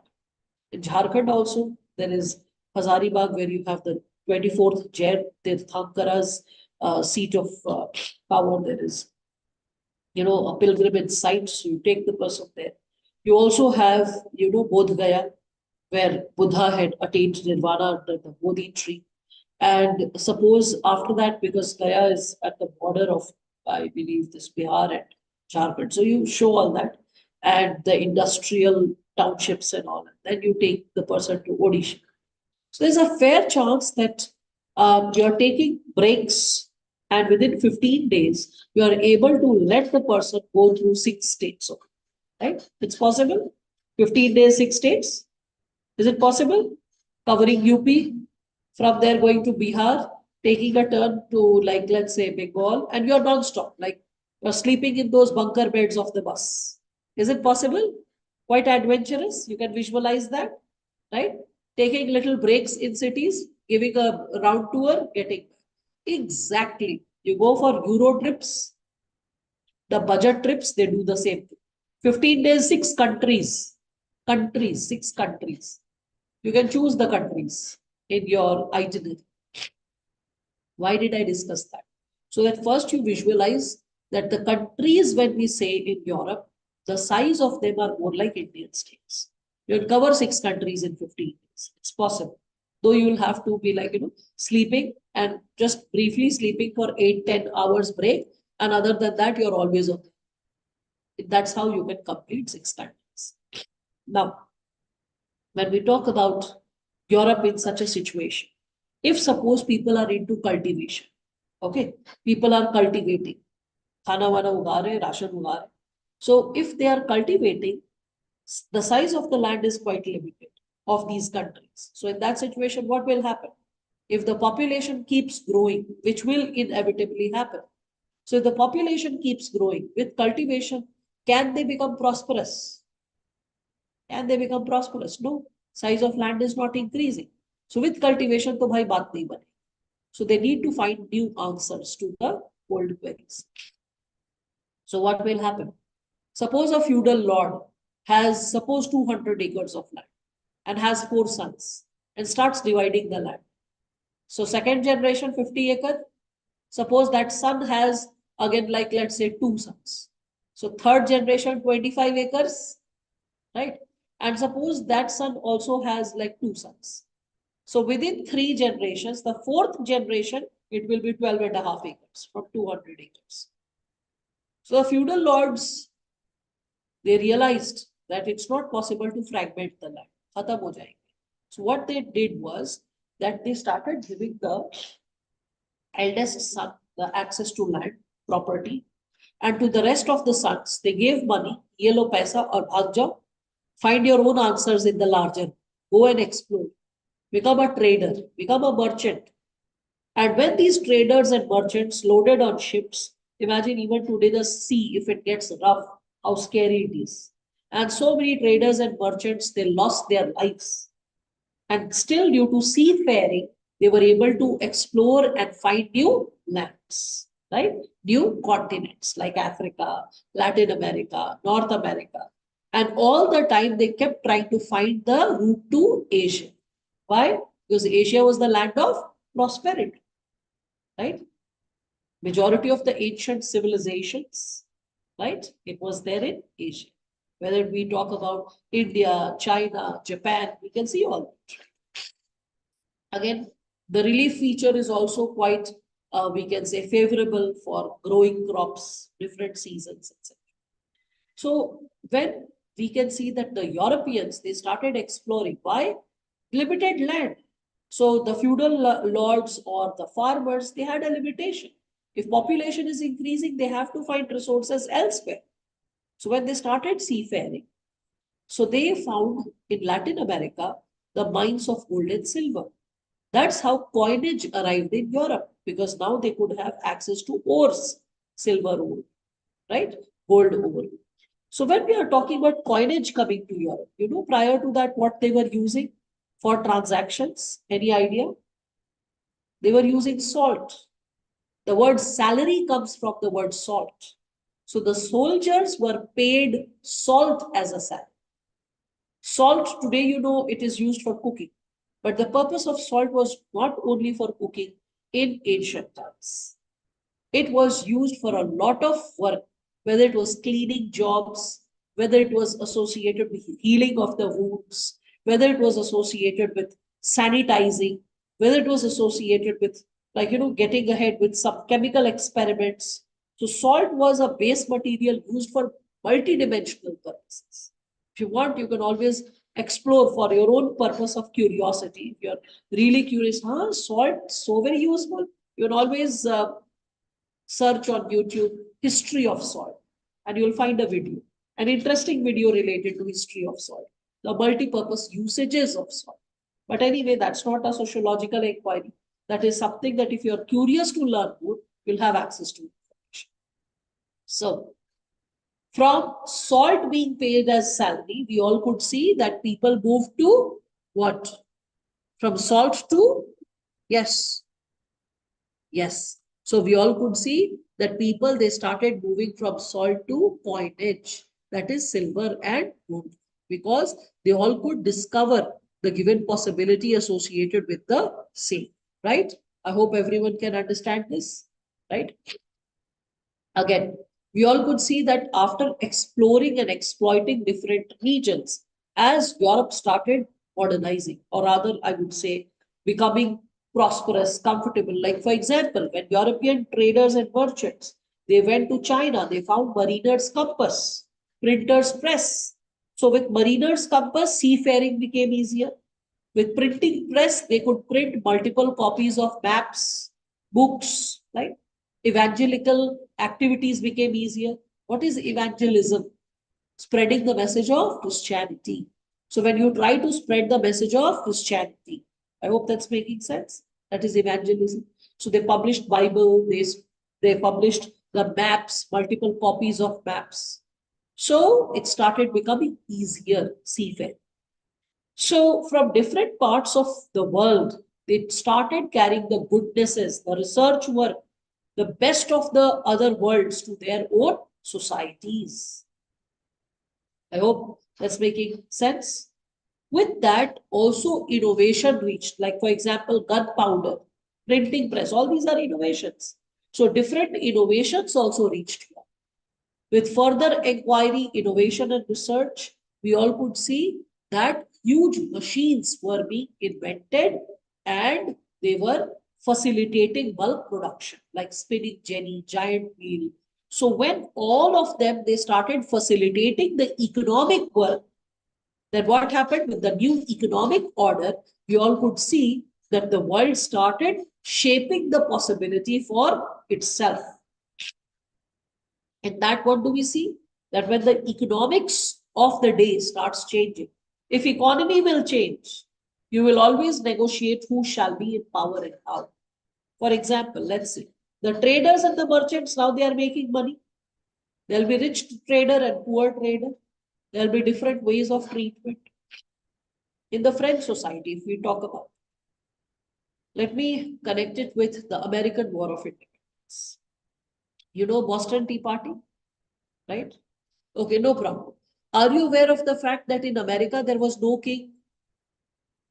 Have you read about kings and queens being in America, United States of America? No, you never hear about that. So who was governing in America if not kings and queens? So it was traders and merchants. The traders and merchants, they were like, the people who were responsible for bringing law and order and managing their society. So when the French, I mean, rather before French, let me share this. So when the Americans, they were being controlled by the British, because British, wherever they went, they tried to control. So it is the British that the British, the French, the Spaniards, people from different parts had reached, like we can see, the American coast.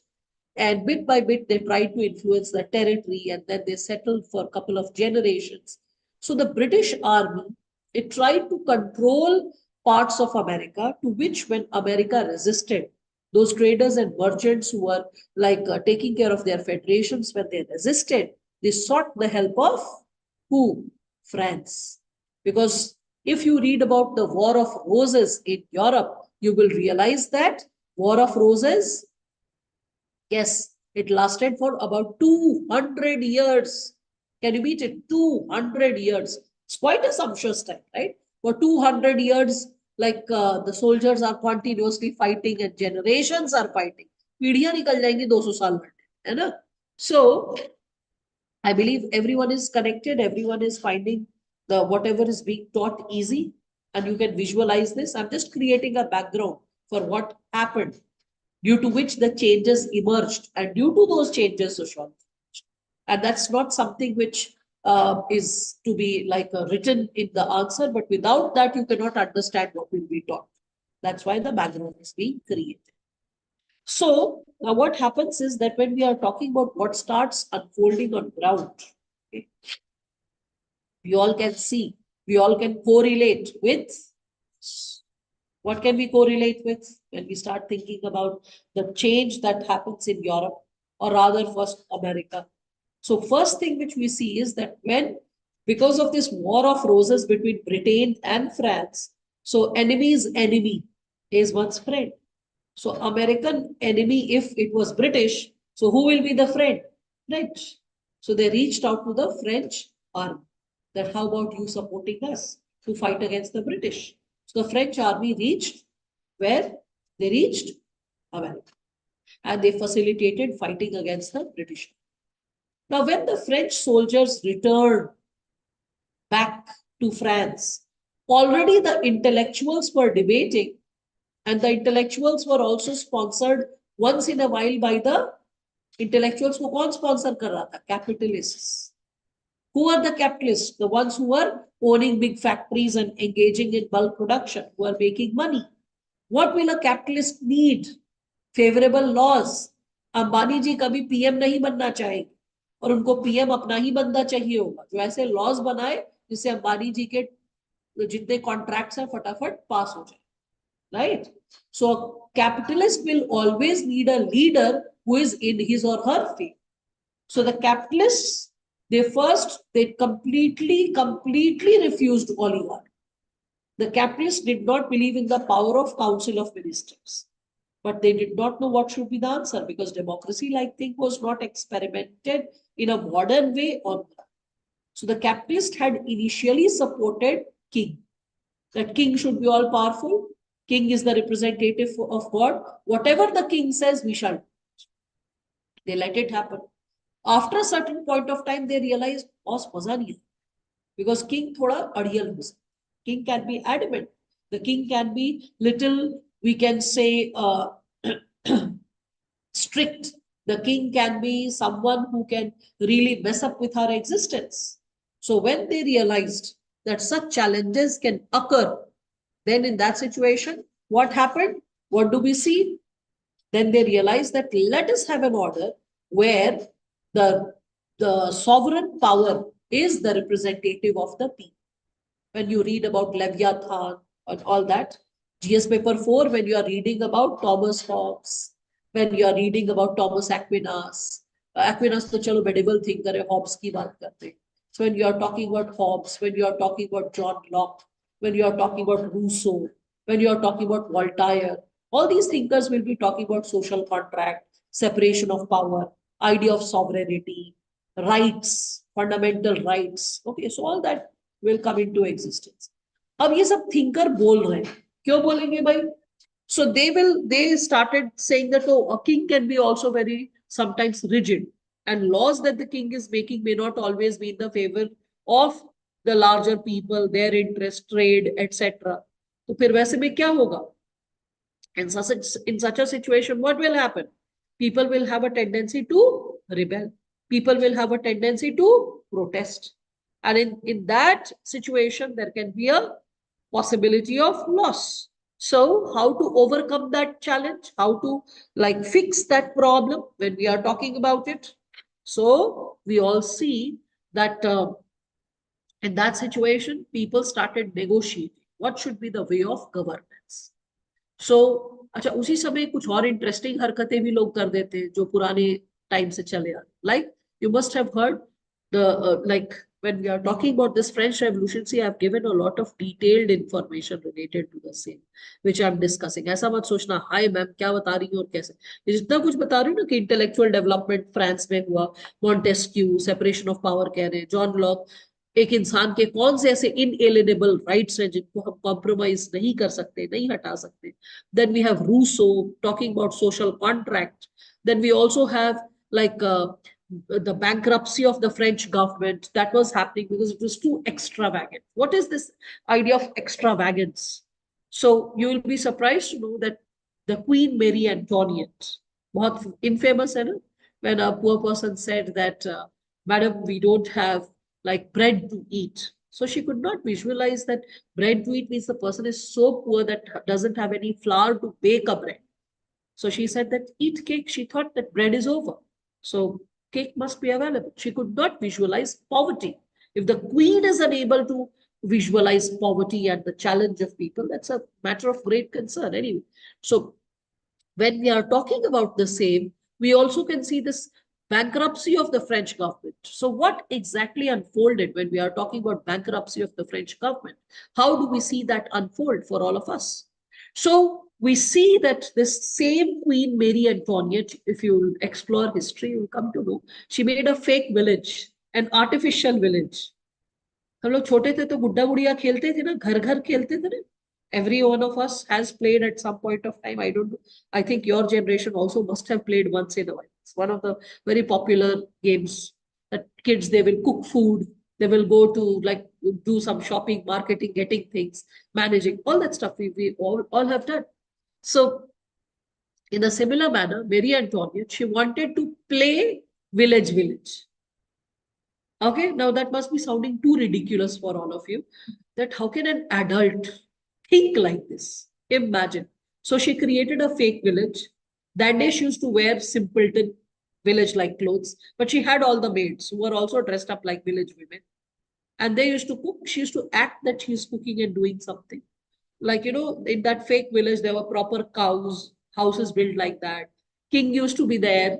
Like, you know, other people from the palace used to be dressed like that. And they were fed like that. So everyone used to act that they are in the village, emulating or copying the village life as something very exotic. जैसे कि आप zoom in उसके. खैर, anyway, तो ये सब बकवास करने में बहुत पैसा खर्चा किया. So this lady, she was into a lot of pilferage or like, you know, wasting of money. Other, like we can say, expenses of the king were also not reduced. So all that led to bankruptcy of the government because of this extra. American War of Independence, तो उसमें क्या हुआ? The soldiers got exposed to those ideas which were spoken theoretically by Voltaire, Rousseau, John Locke. Suddenly they're seeing, oh, here is a mode of governance without king. Governance is possible. In America, there was no king. So they realized, no, without the king also, governance is possible. So what happened was that now the king, because he was getting bankrupt, he was not having money, and he was not compromising with his status, his way of life, the king imposed a lot of taxes on people. अब जनता हो गई बंद. बोले ये क्या पागलपन है यार, तुम पागल की तरह जियो और उसके चक्कर में हमारे पॉकेट पे असर पड़ जाए. So people became very, very furious that how come the king is getting into like levying such heavy tax? Poor or rich, didn't matter. He like levied a lot of tax. Because of those taxes, what happened? So rich nobles and clergy, they all came and they created a meeting. Earlier, what was happening? We all can see that in the meeting, unlike earlier practice, the representative of the third estate wanted, you can see that, right? So when we are talking about, maybe I should color it with red so that it becomes easier for you to see. So when we are talking about, and everyone has the soft copy to the material, so you can read as per your convenience as well. Okay. So we can see, unlike the earlier practice, the representatives of the third estate wanted all the estates to meet and vote as one assembly. Okay, means earlier nobles and clergy, there were three classes in the society. Nobles, you understand nobles? Nobles of robes and swords. So the noblemen, clergy, the people related to religion. So they considered themselves as elite and different from the common masses. This time the common masses were also exposed to the same taxes. So everyone was like suffering. So the nobles and clergy, they sat down for a meeting. And the third estate said, let us also be a part of the meeting because we are meeting for the common issue, the taxes, the king like going wild, trying to extract so much of money. Let us meet. So the clergy and the noblemen said, no, you cannot be involved. You are different. You are not matching to our class. You stay away. Let us like agree. So a lot of confusion was happening. Now, when we can see the nobles and the clergy, they refused the third estate to be a part of it. So that led to the formation of a National Assembly. This National Assembly, it held a meeting in the Hall of Versailles near Paris. And the members, they found that when we are talking about the members, they found that it was a closed and guarded meeting by the kings and the kingsmen, means the king's favorite people. And the National Assembly members, that is also associated with the third estate, the common people, it was led by the leader called Bailey. Bailey एकदम गर्म हो गया, बोला अच्छा ऐसे कैसे हमें हल्के में? How come these people are not like incorporating us in the meeting? We'll teach them a lesson. So there was an indoor tennis court क्योंकि भाई राजा साहब के शौक थे, तो उस इंडोर टेनिस कोर्ट में बहुत बड़ा सा टेनिस कोर्ट था. लोग आए. There we all can see that it was here that they took an oath to draw a new constitution for France. अब ये सिर्फ मामला यहीं पे नहीं था कि ओथ ले लिया और हो गया. ये जो इसीलिए ओथ ऑफ टेनिस कोर्ट भी इसको कहते हैं. उसके बाद जनता और बवाल और गर्म हुई. लास्ट में finally what did they do? So last में दे असैसिनेटेड. ठीक है, राजा को मार दिया. लेटर ऑन कुछ ही हफ्तों के बाद, मींस ऑलमोस्ट अ मंथ और too, Marie Antoinette was also. So now king is removed and now people's representatives will come to power. Never ever politically they had experienced this scenario. What is happening in this? Political change. Before political change, what was happening? Intellectual change, change in ideas. Simultaneously, what is happening? Economic change. So massive changes were happening in Europe. And whenever change happens, what happens to us? We experience discomfort. Just visualize yourself in an offline class. I've generally seen a student sitting in a specific corner. Suppose a child is sitting every single day on this seat. So if the child is sitting on this seat, the child won't be sitting on one day on that seat and then this seat and then this seat. वो subconsciously आके वही अपना bag रखेगा और वही बैठेगा 360 दिन, अगर 360 दिन का लेक्चर है. So why is this? Because we human beings are fixated with our comfort level. We always go ahead with what makes us feel at home, what gives us a sense of ease and belongings. Many people, you will see, they'll have resistance to travel for the same reason. Why they resist traveling? Food will not be up to them. Like Southeast Asia, people who are vegetarians, they get scared. Why? They'll say veg salad and in that shrimps can be there. Or fish can be there because they consider that fish or shrimp is just like, vegetables of the sea. So they don't treat it as non-veg. So you have to be very careful when you are visiting like Southeast Asia. If you go to Europe, then nowadays, thankfully, vegan culture is catching up across the world. So at least you can have vegetarian food. Earlier, you didn't have much option for vegetarians, especially the more remote areas, the more dry the situation. So in such a scenario, when we are talking about the given possibility of change, people are not comfortable to change. So whenever there'll be so much of change intellectually, emotionally, financially, politically, and there's so much of rupture, what will the intellectuals do? The intellectuals will try to find an answer to change. So there was a professor who was associated with physics. His name was Saint Simon. Professor Saint Simon, he said that there can be a scientific way to study the society, what the society is undergoing. Like, for example, in science, what do? We do cause-effect relationship. We try to understand what are the causes of a change and what will be the impact of a change and what will be the future possibilities of the change and what ought to be there to alter the change, right? That's what we do in science with cause and effect relationship. He said we can use the same cause and effect methods and principles to study society. If we are able to understand what are the causes impacting the change of the society, we can also predict what kind of impact can be created, what kind of interventions can be created to alter, right? To alter the experiences or to alter the human phenomenon. Are you understanding this? So when he said so, he created a discipline, a subject called social physics. ठीक है, तो उन्होंने एक subject create किया, उसका नाम था social physics. और यही सेंट साइमन के डिसाइपल इंटर्न कौन थे? August Comte. So Saint Simon's disciple August Comte was there. Saint Simon went for public lectures. He gave a lot of lectures related to creating a new discipline, a scientific discipline to study society. And when he said, let us study society systematically, scientifically, he proposed those ideas, and few of his lectures, few of his essays were also contributed or written by August. He was also helping him to, contribute the content, to create the content. Saint Simon then died. After Saint Simon's death, August Comte continued with the work. He tried to create a new discipline. Then what happened was, there was this statistician, I'm forgetting her name, this lady, she did her research paper in the subject of statistical research, and the name of her research paper was again social physics, which became very popular. So Auguste Comte realized that the name social physics is becoming little common, but from statistics point of view. So that's why Auguste Comte changed the name from social physics to sociology.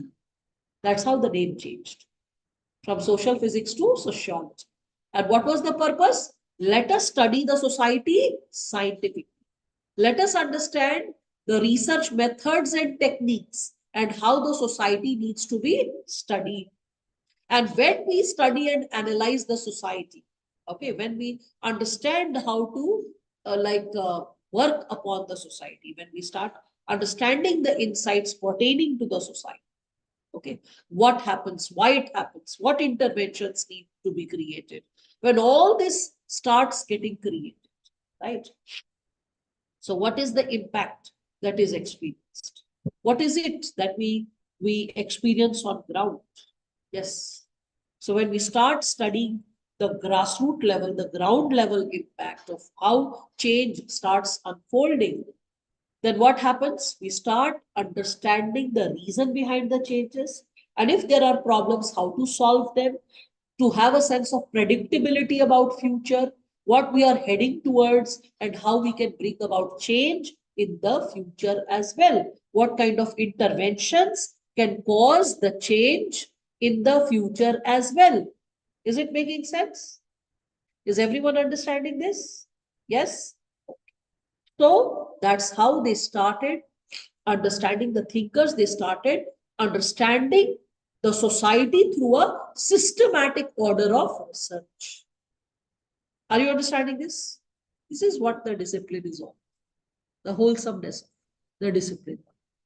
So I just gave you a brief background of what the subject matter is, what are the chapters that we are going to study, what are the topics that we will be engaging with, right? Because today is the first session, I don't want to overwhelm you with a lot of information.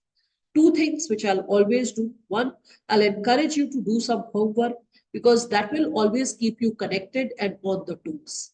Second thing which I'll do is, every day before starting the session, I'll give a brief recap that what you have understood, and then start the continuity of it, the notes that you have studied, so that when I further add to the insight, you realize that what qualitative enhancement you experienced. You can sense that whatever I teach, explain in the session, It is not necessarily what is written in the sheet. I give a lot of background, a lot of insights, which builds the wholesome picture of the lecture. Okay. What is necessary for the exam to write the answer is in the handout. If it is missing in the handout, I make flowcharts and keep explaining. All right. But if you experience any kind of change, if you experience any kind of challenge related to the material, okay, you will always keep sharing and I'll update the content for you accordingly. What is necessary for the exam has been, I would say, consolidated in a simplified manner and presented in the form of notes. Okay. So when we are talking about thinkers who have contributed to the emergence of sociology, ये सब तो आपको background मैंने ढेर सारा दे रखा है. So when we are talking about all this here, and like when we are talking about how this given phenomena unfolds for all of us. So how, I mean, there are a lot of question answers and stuffs that I have created. So, अच्छा, पहले मुझे बता देना चाहिए homework क्या है, then I should like move ahead with things. So, yeah, he is a positivist. Auguste Comte is a positivist because Auguste Comte will be following the scientific method. His mentor, that is Saint Simon. So we can see that Saint Simon was a physicist. So, and Comte was also interested in chemistry.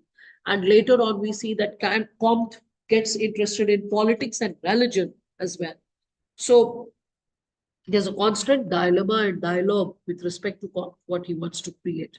So the basic homework that I'll be sharing with all of you is start reading from this Modernity and Social Change, Emergence of Europe. There's a brief background that is given over here that how change unfolds in the form of the period of enlightenment.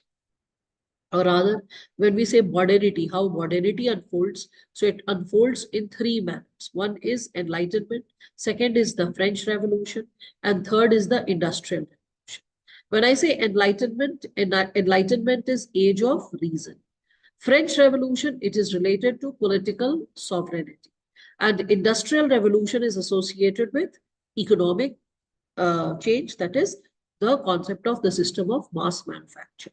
I've elaborated upon the three quite exhaustively under, so that if you get an exclusive question related to enlightenment, you have a lot of food for thought. You have exclusive question to French Revolution, you have a lot of food for thought, or Industrial Revolution simultaneously. So you'll just get an idea over here. See, I just explained you the French Revolution till this bit. Then I have given a lot of details related to the same, that what all changes were happening in Europe in general. So in Europe, we can see these revolutions when we talk about it. So how these revolutions were shaping the European society. What was like how economic change led to urbanization, because industrialization hoga to urbanization hoga, factory system aayega to urbanization hoga.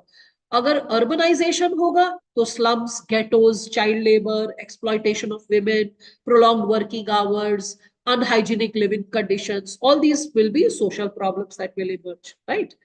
So that will be related to economic change. Political change will happen, and that is something which we can connect with French Revolution. And simultaneously, all this will spark new ideas, new perspectives. So intellectual revolution will also happen. So I have discussed the change that unfolded in Europe, starting with Enlightenment, because first, always the change happens in the form of ideas. First, the thought changes, and then it impacts the given possibility. So we all can see in terms of enlightenment, when we are exploring the same, we all can see that how the period of enlightenment first gets connected to, we can say, Renaissance. Renaissance is a background. Okay, Dark Ages, 1st to 12th century.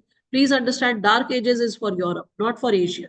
Asia was quite intellectually prosperous. So that's why whenever anyone tries to say, oh, the world was in the dark age, the world was not in the dark age. Europe was in the dark age. Asia was not living the dark age during this time. It was very prosperous intellectually, culturally, spiritually, also in terms of science and innovation.